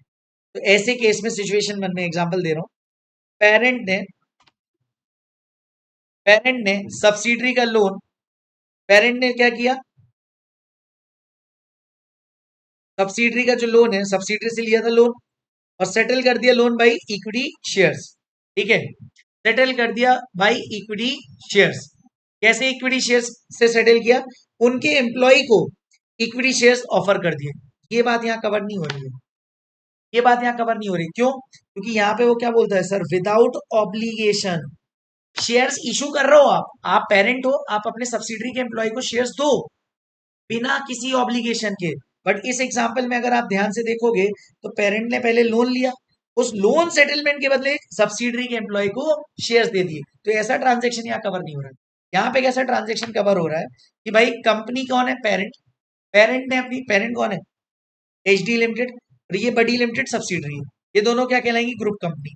इन दोनों के बीच में कोई भी ऑब्लिगेशन नहीं है। फिर भी ध्यान से सुनना, बडी लिमिटेड ने अपने शेयर्स इशू करे, issue equity shares of Buddy Limited, किसके एम्प्लॉय को, एचडी के। सब्सिडरी ने अपनी पेरेंट के एम्प्लॉय को, पेरेंट के एम्प्लॉय को सब इक्विटी शेयर्स दे दिए, या फिर इसका उलट सोचो, पेरेंट कंपनी ने सब्सिडरी के एम्प्लॉय को शेयर्स दिए, क्यों दिए, ऐसे बिना किसी ऑब्लिगेशन के। तो ये ऐसे टाइप के ट्रांजैक्शंस यहाँ इंडियस 102 में कवर हो रहे हैं, अदरवाइज कुछ भी कवर नहीं हो रहा। क्या ये बात समझ में आ रही है, पक्का। पहली बात तो ये कवरेज समझ लो, कई लोगों को तो ये सूझ ही नहीं पड़ती, उनको लगता है ये भी कवर है, ये भी कवर है। होल्डिंग ने सब्सिडरी के एम्प्लॉय को शेयर्स दिए under SBP scheme without any obligation. Yes, subsidiary ने अपनी पेरेंट के एम्प्लॉय को इक्विटी शेयर्स दिए हैं विदाउट एनी ऑब्लिगेशन।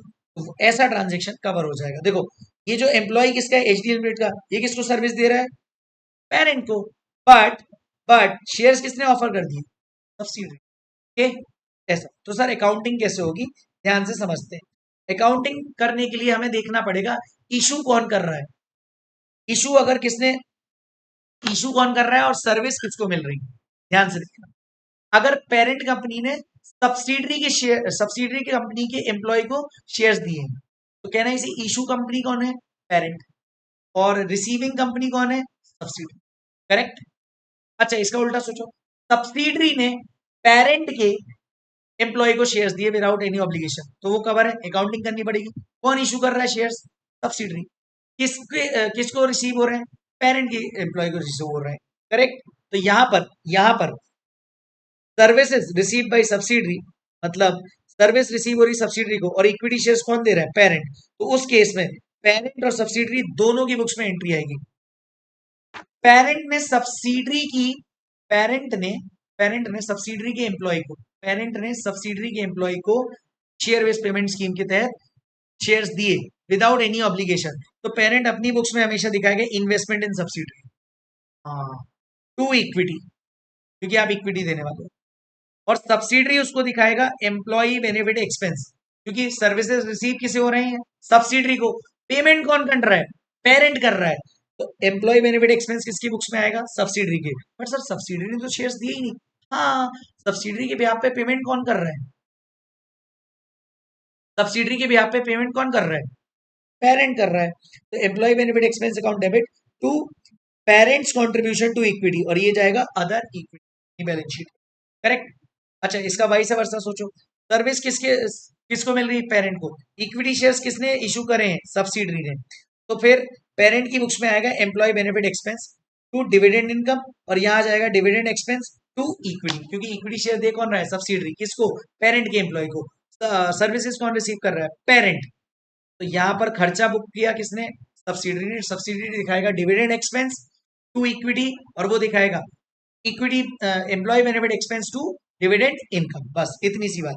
इस पे एक क्वेश्चन आरटीपी में 2021 का है, जो आरटीपी में 2021 का है, और आईसीआई स्टडी मटेरियल का क्वेश्चन है, वो देख लेते हैं। फिर एक आरटीपी में 19 का क्वेश्चन है, उसको भी अपन देख ले, तो फटाफट से ये भी अपना खत्म हो जाएगा ग्रुप वाला। देखो, company P is holding company for company B, P कौन है? Holding. A group share based payment is being organized in which parent issues own equity shares to employees of company B. Parent issue कर रहा है company B के employees को, ठीक है। क्या यहाँ पे कोई ऑब्लिगेशन गिवन है क्वेश्चन में? नहीं। नंबर ऑफ एम्प्लॉइज कितने हैं कंपनी बी के? 100। ग्रांट डेट पे fair value 87। Number of shares कितने दे रहे हैं? 25। Vesting condition immediately. Pass entry in the books of company P and company B. P कौन है? होल्डिंग। पी कौन है? सब्सिडरी। इशू कौन कर रहा है? पेरेंट। रिसीव कौन कर रहा है? सब्सिडरी, ठीक है। पहले तो एक्सपेंस निकाल लो। तो देखो 100 employees multiply fair value of option multiply कितने शेयर ऑप्शन कितने ऑप्शंस आप दे रहे हो और इनटू 1, क्योंकि इमीडिएटली वेस्ट हो रहा है पीरियड फैक्टर। ये आ जाएगा टोटल एक्सपेंस। पेरेंट कंपनी की books investment in subsidiary to equity, और यहाँ पे employee benefits to parents contribution to equity खाता। इजी। आ जाओ वापस से एक और क्वेश्चन में। सर यहाँ पे क्या दिया है देखो ध्यान से। एक पेरेंट कंपनी है जिसने ग्रांट करे 200 शेयर ऑप्शन किसको? 100 एम्प्लॉइज को of its subsidiary, conditional upon completion of 2 year service. अगर वो 2 साल की सर्विस पूरी करते हैं तो ये तो एसबीपी की स्कीम हो गई, ठीक है, विद सब्सिडरी के साथ। Fair value of the share option on the grant date is 30। Grant date पे कंपनी सब्सिडरी एस्टिमेट करती है 80% of the employee will complete the 2 year service period. This estimate does not change during the vesting period. At the end of the vesting period 81 employees बचे। Okay, मतलब first year पे अपने को लगा था 80 employee बचेंगे, but last year second year पे अपने को कितना बच रहा है? 81, ठीक है। तो अपन 81 के लिए लास्ट ईयर में कर देंगे। The parent does not require the subsidiary to pay for the shares needed to settle the grant of the share option. मतलब पेरेंट नहीं चाहता कि सब्सिडरी एसबीपी का पेमेंट करे, वो खुद पेमेंट कर रहा है सब्सिडरी के एम्प्लॉइज को, ठीक है। Pass the necessary journal entry for giving the above effect of arrangement. तो सबसे पहले इस पूरी सिचुएशन पे अपने को एम्प्लॉय बेनिफिट एक्सपेंस निकालना पड़ेगा, ईयर 1 ईयर 2। वहां अच्छा पिछले क्वेश्चन में इमीडिएटली वेस्ट हो रही थी कंडीशंस, यहाँ पे ऐसा नहीं है। नंबर ऑफ एम्प्लॉइज 80, यहाँ 81 है। Options 200 200। Fair value of option 30 30। Period factor 1/2 1/2। Total expense और इसमें से लेस कर दो तो करंट ईयर के एक्सपेंस दोनों के आ गए। पेरेंट कंपनी में ईयर 1 पे देखेगा investment in subsidy to equity, और यहाँ देखेगा employee benefit to parents contribution to equity. यहाँ जाके दोस्तों हमारा खत्म हो जाता है ग्रुप बेस पे। अब हम आते हैं स्पेशल इश्यूज पर और उसके बाद जाएंगे 101 पर। 2 मिनट का ब्रेक लेते हैं, 2 मिनट के ब्रेक के बाद आप कंटिन्यू करना। चलिए फटाफट से आ जाइए स्पेशल इश्यूज में। स्पेशल इश्यूज मतलब कुछ स्पेशल 3 ट्रांजेक्शन उनको बारे में अपन डिस्कस कर लेते हैं। एक तो है बेटा टीडीएस। टीडीएस आपके आईसीआई स्टडी मटेरियल में गिवन नहीं है, बट इंडियस 102 के बेरेक्ट में है या आईएफआरएस 2 के बेरेक्ट में है। देखो क्या होता है टीडीएस का ट्रीटमेंट समझ लेना। 10,000 share options are offered. Fair value 45 है, वेस्टिंग पीरियड 3 साल है, टीडीएस 10% है, fair value on exercise date is 145। Total expenditure 1000 into निकालेंगे तो 45 डिवाइड बाई 3 इंटू 3, तो टोटल इतना आ जाएगा। टीडीएस कितना है? 10% है, याद रखना। 4,50,000 टोटल कितना है एक्सपेंस हर साल में इंटू पीरियड फैक्टर का मल्टीप्लाई करूं मैं। देखो मेरे पास टोटल, ध्यान से देखना, नंबर ऑफ ऑप्शंस कितने हैं? कितने नंबर ऑफ ऑप्शंस के बाद fair value of the option कितना है? ये टोटल वेस्टिंग पीरियड कितने हैं? 3 साल। तो टोटल खर्चा मेरे को कितना करना पड़ेगा? 450 हर साल। 1 ईयर एंड 1 पर 1.5 लाख हो जाएगा, डिवाइड बाई 3 कर दूंगा पीरियड फैक्टर लगा के, तो 1.5 लाख। तो मेरा रिकॉर्ड क्या होगा? Employee benefit expense P&L to share based payment reserve 1.5 हर साल। लेकिन एक्सरसाइज डेट पर जब एम्प्लॉय एक्सरसाइज करेगा तो याद रखना मेरे दोस्त, वहां पे टीडीएस आपको डिडक्ट करना है। That's the only thing. Share based payment reserve account debit 4,50,000 to TDS 10% of 10,000 into 145। Exercise price कितनी गिवन थी? 145। तो अपन देंगे एक्सरसाइज प्राइस 145 है। ये आ जाएगा आपका टीडीएस का अमाउंट। कैसे आएगा? 10,000 ऑप्शंस थे, एक्सरसाइज प्राइस और कितना टीडीएस रेट है, बाकी जो बैलेंसिंग फिगर है उतने के आप शेयर दे दो सामने। दैट्स दी ओनली थिंग, खत्म हो गया TDS. It is not given in your ICI material but it's given in Indians 102, ठीक है। रीलोड ऑप्शन थ्योरी इतना कोई काम का नहीं है। अपन आ जाओ फटाफट से थर्ड वाले पे, रीक्लासिफिकेशन। रीक्लासिफिकेशन क्या बात करता है? बहुत सी आसानी सी बात करता है, ध्यान से देखा। अगर कंपनी ने कैश सेटलमेंट ऑप्शन दिया था और बाद में ये चेंज कंपनी अपनी पॉलिसी चेंज करती है टू इक्विटी सेटलमेंट, तो कैसे अकाउंटिंग इफेक्ट आएगा वो देखते हैं अपन पहले। कैश सेटलमेंट आपको ऑफर किया, बाद में क्या हो गया इक्विटी सेटलमेंट, या इसका वाइसा वर्सा, इक्विटी सेटलमेंट ऑप्शन ऑफर किया था और बाद में आ गया कैश सेटल्ड ऑप्शन। इस पे कोई क्वेश्चंस नहीं है, बट चूंकि ये मॉड्यूल में है इस पे एमसीक्यू आ सकता है, इसलिए मैं आपको करा दे रहा हूँ। कैश सेटलमेंट टू इक्विटी, इसमें क्या हो गया ध्यान से, पहले क्या था कैश सेटलमेंट, तो आपकी बुक्स में क्या आ रही होगी शेयर बेस्ड पेमेंट लाइबिलिटी। अब आपको शेयर बेस्ड पेमेंट रिजर्व में लेके जाना है, तो याद रखना जो आपकी बुक्स में लाइबिलिटी का अमाउंट आ रहा है ना, उसको आप ट्रांसफर कर दो SBP reserve in the form of equity. तो आपका ट्रीटमेंट क्या हो जाएगा, transfer the carrying amount of liability to equity, मतलब एसबीपीएल से एसबीपीआर में कर दो, एंट्री हो जाएगी share based payment liability account debit to share based payment reserve, खत्म हो गया। सॉरी, इतना ही था।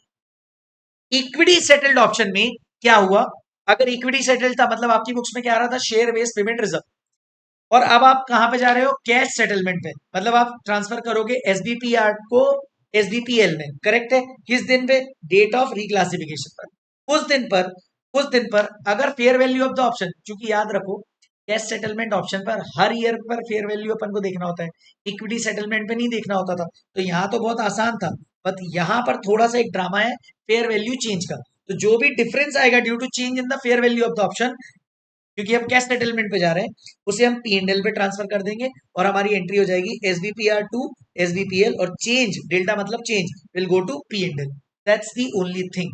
तो यहां जाके मेरे स्पेशल ट्रांजेक्शन्स भी छोटे छोटे खत्म हो गए। लास्ट इशू इंड एस 102 का नहीं है, इंड एस 101 का है, related to share based payment, तो आपका 101 भी यहीं पे खत्म हो जाएगा, यहाँ पे related to share based payment. देखो 101 क्या बोलता है, first time adoption, first time adoption of Ind AS. इसके पहले आप पे लग रहा होगा अकाउंटिंग स्टैंडर्ड, अब अकाउंटिंग स्टैंडर्ड में कुछ था ही नहीं related to share based payment, वहां पर एक गाइडेंस नोट था, गाइडेंस नोट नंबर 19। तो आपकी बुक्स में गाइडेंस नोट नंबर 19 के हिसाब से अगर देखा जाए, तो आप बचपन में अगर आपको याद हो, अगर आप बहुत ओल्ड सिलेबस के आईपीसीसी अकाउंट्स पढ़े हो आपने, तो आपको याद होगा ईशॉप आउटस्टैंडिंग करके एक रिजर्व बनता है इंड एस में, इसी को अपन बोलते हैं share based payment reserve, correct, या आईएफआरएस में। तो एसबीपी रिजर्व इंड एस 101 क्या बोलता है, जब भी किसी एंटिटी पर first time end S applicable हो रहे हैं, और पहले वो ईशॉप की अकाउंटिंग करती थी गाइडेंस नोट 19 के हिसाब से, अब उसे किसके हिसाब से करना पड़ेगा 101 के हिसाब से, तो उसके पास शेयर बेस्ड पेमेंट रिजर्व होगा एग्जिस्टिंग बुक्स में as per the guidance note 19, जिसे हम बोलते हैं आई गैप, ठीक है। तो याद रखना ये आई गैप में किस नाम से आ रहा होगा, ईशॉप आउटस्टैंडिंग के नाम से, कई बार वो कंफ्यूज करने के लिए एमसीक्यू में ऐसा दे देगा, ईशॉप आउटस्टैंडिंग के नाम से आ रहा होगा, उस ईशॉप आउटस्टैंडिंग को हम शेयर बेस्ड पेमेंट रिजर्व मान लेंगे। अब उसका ट्रीटमेंट कैसे करना, ध्यान से चेक करना कि हमारे शेयर बेस्ड पेमेंट में क्या वेस्टिंग पीरियड ओवर हुआ है या नहीं हुआ है। सर वेस्टिंग पीरियड ओवर नहीं हुआ है, तो क्या करो, जो आपकी बुक्स में ईशॉप आउटस्टैंडिंग आ रहा था एज पर गाइडेंस नोट 19, उसको आप कन्वर्ट कर दो एसबीपी रिजर्व में in the Ind AS books, Ind AS के फाइनेंशियल स्टेटमेंट्स, ठीक है। और वैल्यूएशन उसका चेक कर लो फेयर वैल्यू पे, ट्रांजिशन डेट पे। What is transition date, transition date जिस दिन आप पे पहली बार इंड एस एप्लीकेबल हुए हैं, फ्रॉम इंट्रिंसिक वैल्यू, क्योंकि देखो सुनो क्या होता था, गाइडेंस नोट 19 जो ईशॉप की काउंटिंग होती थी, उसमें ना दोस्तों, उसमें ना इंट्रिंसिक वैल्यू पर रिकॉर्ड करते थे हम शेयर बेस्ड पेमेंट पे अमाउंट ट्रांसफर करते, बट बट यहाँ पर हम fair value of the option पर हम रिकॉर्ड करते हैं, तो हम ट्रांजिशन डेट पर उसका वैल्यूएशन चेक करेंगे, और जो भी डिफरेंस आया उसको हम जनरल रिजर्व में ट्रांसफर करें, उसको हम जनरल रिजर्व में ट्रांसफर करें। मतलब सर आप ये बोल रहे हो मेरी बुक्स में पहले से था ईशॉप आउटस्टैंडिंग, करेक्ट, अब मेरी कंपनी पर लग गया इंड एस, तो मुझे मेरी बुक्स में लाना पड़ेगा एसबीपी रिजर्व, करेक्ट, करेक्ट, बिल्कुल करेक्ट है सर। ईशॉप आउटस्टैंडिंग बनता था इंट्रिंसिक वैल्यू के बेसिस पे, बट एसबीपी रिजर्व किस पे आता है बेटा, एसबीपी रिजर्व आता है फेयर वैल्यू के बेसिस पर। तो याद रखना जैसे ही आप ये ईशॉप आउटस्टैंडिंग को डेबिट करके एसबीपी रिजर्व को क्रेडिट करोगे, उस दिन आपको डेट ऑफ ट्रांजिशन मतलब जिस दिन आप पर इंड एस एप्लीकेबल हुए हैं, वो डेट पर आप चेक कर लेना फेयर वैल्यू क्या है, और अगर कोई डिफरेंस है तो उसको आप कहां ट्रांसफर कर दो, जनरल रिजर्व में ट्रांसफर कर दो। तो यही बात लिखी है, ESOP outstanding should be converted into share based payment reserve, valuation should be done on the transition date as per Ind AS 102, मतलब from intrinsic value to fair value of option, और कोई भी डिफरेंस है fair value of between fair value of between value of ESOP outstanding and share based payment reserve, it should be adjusted to general reserve. ये तो बात कब होगी, जब वेस्टिंग पीरियड ओवर ही नहीं हुआ। दोस्तों वेस्टिंग पीरियड ओवर हो चुका है, वेस्टिंग पीरियड ओवर हो गया तो आप चेक करो ऑप्शन एक्सरसाइज किए हैं सामने वाले ने या नहीं किए। Sir options are yet to be exercise, अभी एक्सरसाइज नहीं करें, तो वो क्या बोलता है, कंटिन्यू करो अकाउंटिंग एज पर द आईगेम, बट ईशॉप आउटस्टैंडिंग को आप अपनी बैलेंस शीट में क्या दिखा दो, एसबीपी रिजर्व। एक ऑप्शन, उसने आपको दो ऑप्शन दिए हैं, समझ रहे हो, दो ऑप्शन। पहला तो वेस्टिंग पीरियड खत्म हो गया, लेकिन ऑप्शन एक्सरसाइज नहीं किए हैं सामने वाले ने, तो आपके पास पहला ऑप्शन है, आप उस ईशॉप आउटस्टैंडिंग को डायरेक्टली दिखा दो एसबीपी रिजर्व। कुछ भी दिमाग मत लगाओ, कंटिन्यू करो अकाउंटिंग एज पर आई गैप, मतलब आप इंट्रिंसिक वैल्यू के हिसाब से उसे रिकॉर्ड करो, बट उसका नाम फाइनेंशियल स्टेटमेंट में एसबीपी रिजर्व करो। ठीक है, पहला चीज। दूसरा क्या बोलता है, ध्यान से समझना। सर दूसरा पता क्या बोलता है वो, या तो आप रेट्रोस्पेक्टिव वैल्यूएशन कर दो। रेट्रोस्पेक्टिव वैल्यूएशन का मतलब डे वन से, आप डे वन से आपने लगाया था गाइडेंस नोट 19 के हिसाब से, आप ये सोच के अकाउंटिंग करो कि डे वन से, जिस दिन से आपने option share based payment scheme offer करी है अपने एम्प्लॉइज को, उस दिन अगर आपकी कंपनी पर इन डेज लगे होते तो उस बेसिस पे आप अकाउंटिंग कर दो, तो ये बोलते हैं रेट्रोस्पेक्टिव वैल्यूएशन। करेक्ट। सर सुनो ना, ऑप्शन एक्सरसाइज हो गए तो फिर बात ही खत्म हो गई ना, फिर तो आपकी बुक्स में ईशॉप आउटस्टैंडिंग रहेगा ही नहीं। हाँ हाँ हाँ, eShop outstanding does not even exist, तो इस केस में तो कुछ दिमाग लगाना ही नहीं है। और इसी के साथ दोस्तों, इसी के साथ दोस्तों, हमारा हमारा ये इंड एस 102 का रिवीजन पूरा खत्म हो गया। ये क्वेश्चन 36 ही मैंने सिमिलर तरीके से कराया हुआ है, ये ऑलरेडी मैंने इसका सिमिलर क्वेश्चन इससे पहले ग्रुप वाला कराया हुआ है, so don't you worry about it. ठीक है, तो यहाँ जाके हमारा इंड एस 102 समाप्त हुआ दोस्तों। हमने पूरा एग्जॉस्टिवली कवर किया है, 70 मिनट का एक पार्ट वन, और अभी का अराउंड 1 hour 45 मिनट्स का इफेक्टिवली आपका पूरा क्वेश्चंस हो गए। सारे के सारे क्वेश्चंस के साथ साथ हमने सारे कंसेप्ट्स ब्रश कर लिए, बहुत डिटेल में गए हैं, टाइम ज्यादा लगा, लेकिन दोस्तों नवंबर 26 या उसके बाद अगर आपका एग्जाम है तो दोस्तों इस सब्जेक्ट में एग्जाम्पशन चाहिए। और इस चैप्टर से यहां पर अगर आपको अच्छा लगा है तो प्लीज डू कॉमेंट कि भाई श्योर शॉर्ट 8 मार्क्स अपने डन है, 8 मार्क्स डन, ऐसा आपको कमेंट करना है। एंड दोस्तों मैं आपको मेरा क्वेश्चन मैं शेयर करूंगा, तो उसमें जो क्वेश्चंस अब आपको दिए हुए हैं 102 के, वो आप कर लो, और उसके बाद फिर अपन अगले बार मिलेंगे अपने नेक्स्ट टॉपिक के लिए, that is business combination 103, end S 103 के लिए। ठीक है, तो उससे पहले मैं चाहता हूं आप शेयर बेस्ड पेमेंट के सारे क्वेश्चंस खत्म कर लो जो मेरे क्वेश्चन बैंक में गिवन हैं, तो वो मैं आपको शेयर कर दूंगा वीडियो अपलोड होने के बाद, मतलब 26 जून में आज आपको मिल रहा होगा, 27 जून को आपको इसका पीडीएफ में मिल जाएगा फॉर द प्रैक्टिस। तब तक आप ये वीडियो जरूर पूरा देख लीजिएगा, और अगर आपको अच्छा लगे तो अपने दोस्तों जो जिनका एफआर का एग्जाम है उनको शेयर करें। एंड दोस्तों ट्रस्ट मी, बिलीव मी, इतना बेस्ट कंटेंट आपको पूरे यूट्यूब पे नहीं मिलेगा। मैंने इस वीडियो के डिस्क्रिप्शन पे मेरे नोट्स की, टेलीग्राम की लिंक, नोट्स की लिंक, और दोस्तों मेरा क्वेश्चन बैंक जो है ना उसकी लिंक भी मैं आपको टेलीग्राम पे अपडेट कर दे रहा हूँ क्वेश्चन में। ठीक है, तो आप वहां से सॉल्व कर लेना। ओके, चलिए, तो अपन इसके बाद मिलने वाले हैं Ind AS 103, that is business combination के लिए on on 29th of June. Correct, so 29th of June को अपन वापस से 9:30 पर मिलेंगे, और अपना इंड एस 103 भी हम एक या दो पार्ट्स में पूरा खत्म कर देंगे। तब तक के लिए आप 102 पूरा खत्म कर दीजिए। All the best, see you on the business combination. Okay, bye bye, take care, all the best. कोई भी डाउट्स हो आप मुझे व्हाट्सएप कर सकते हैं।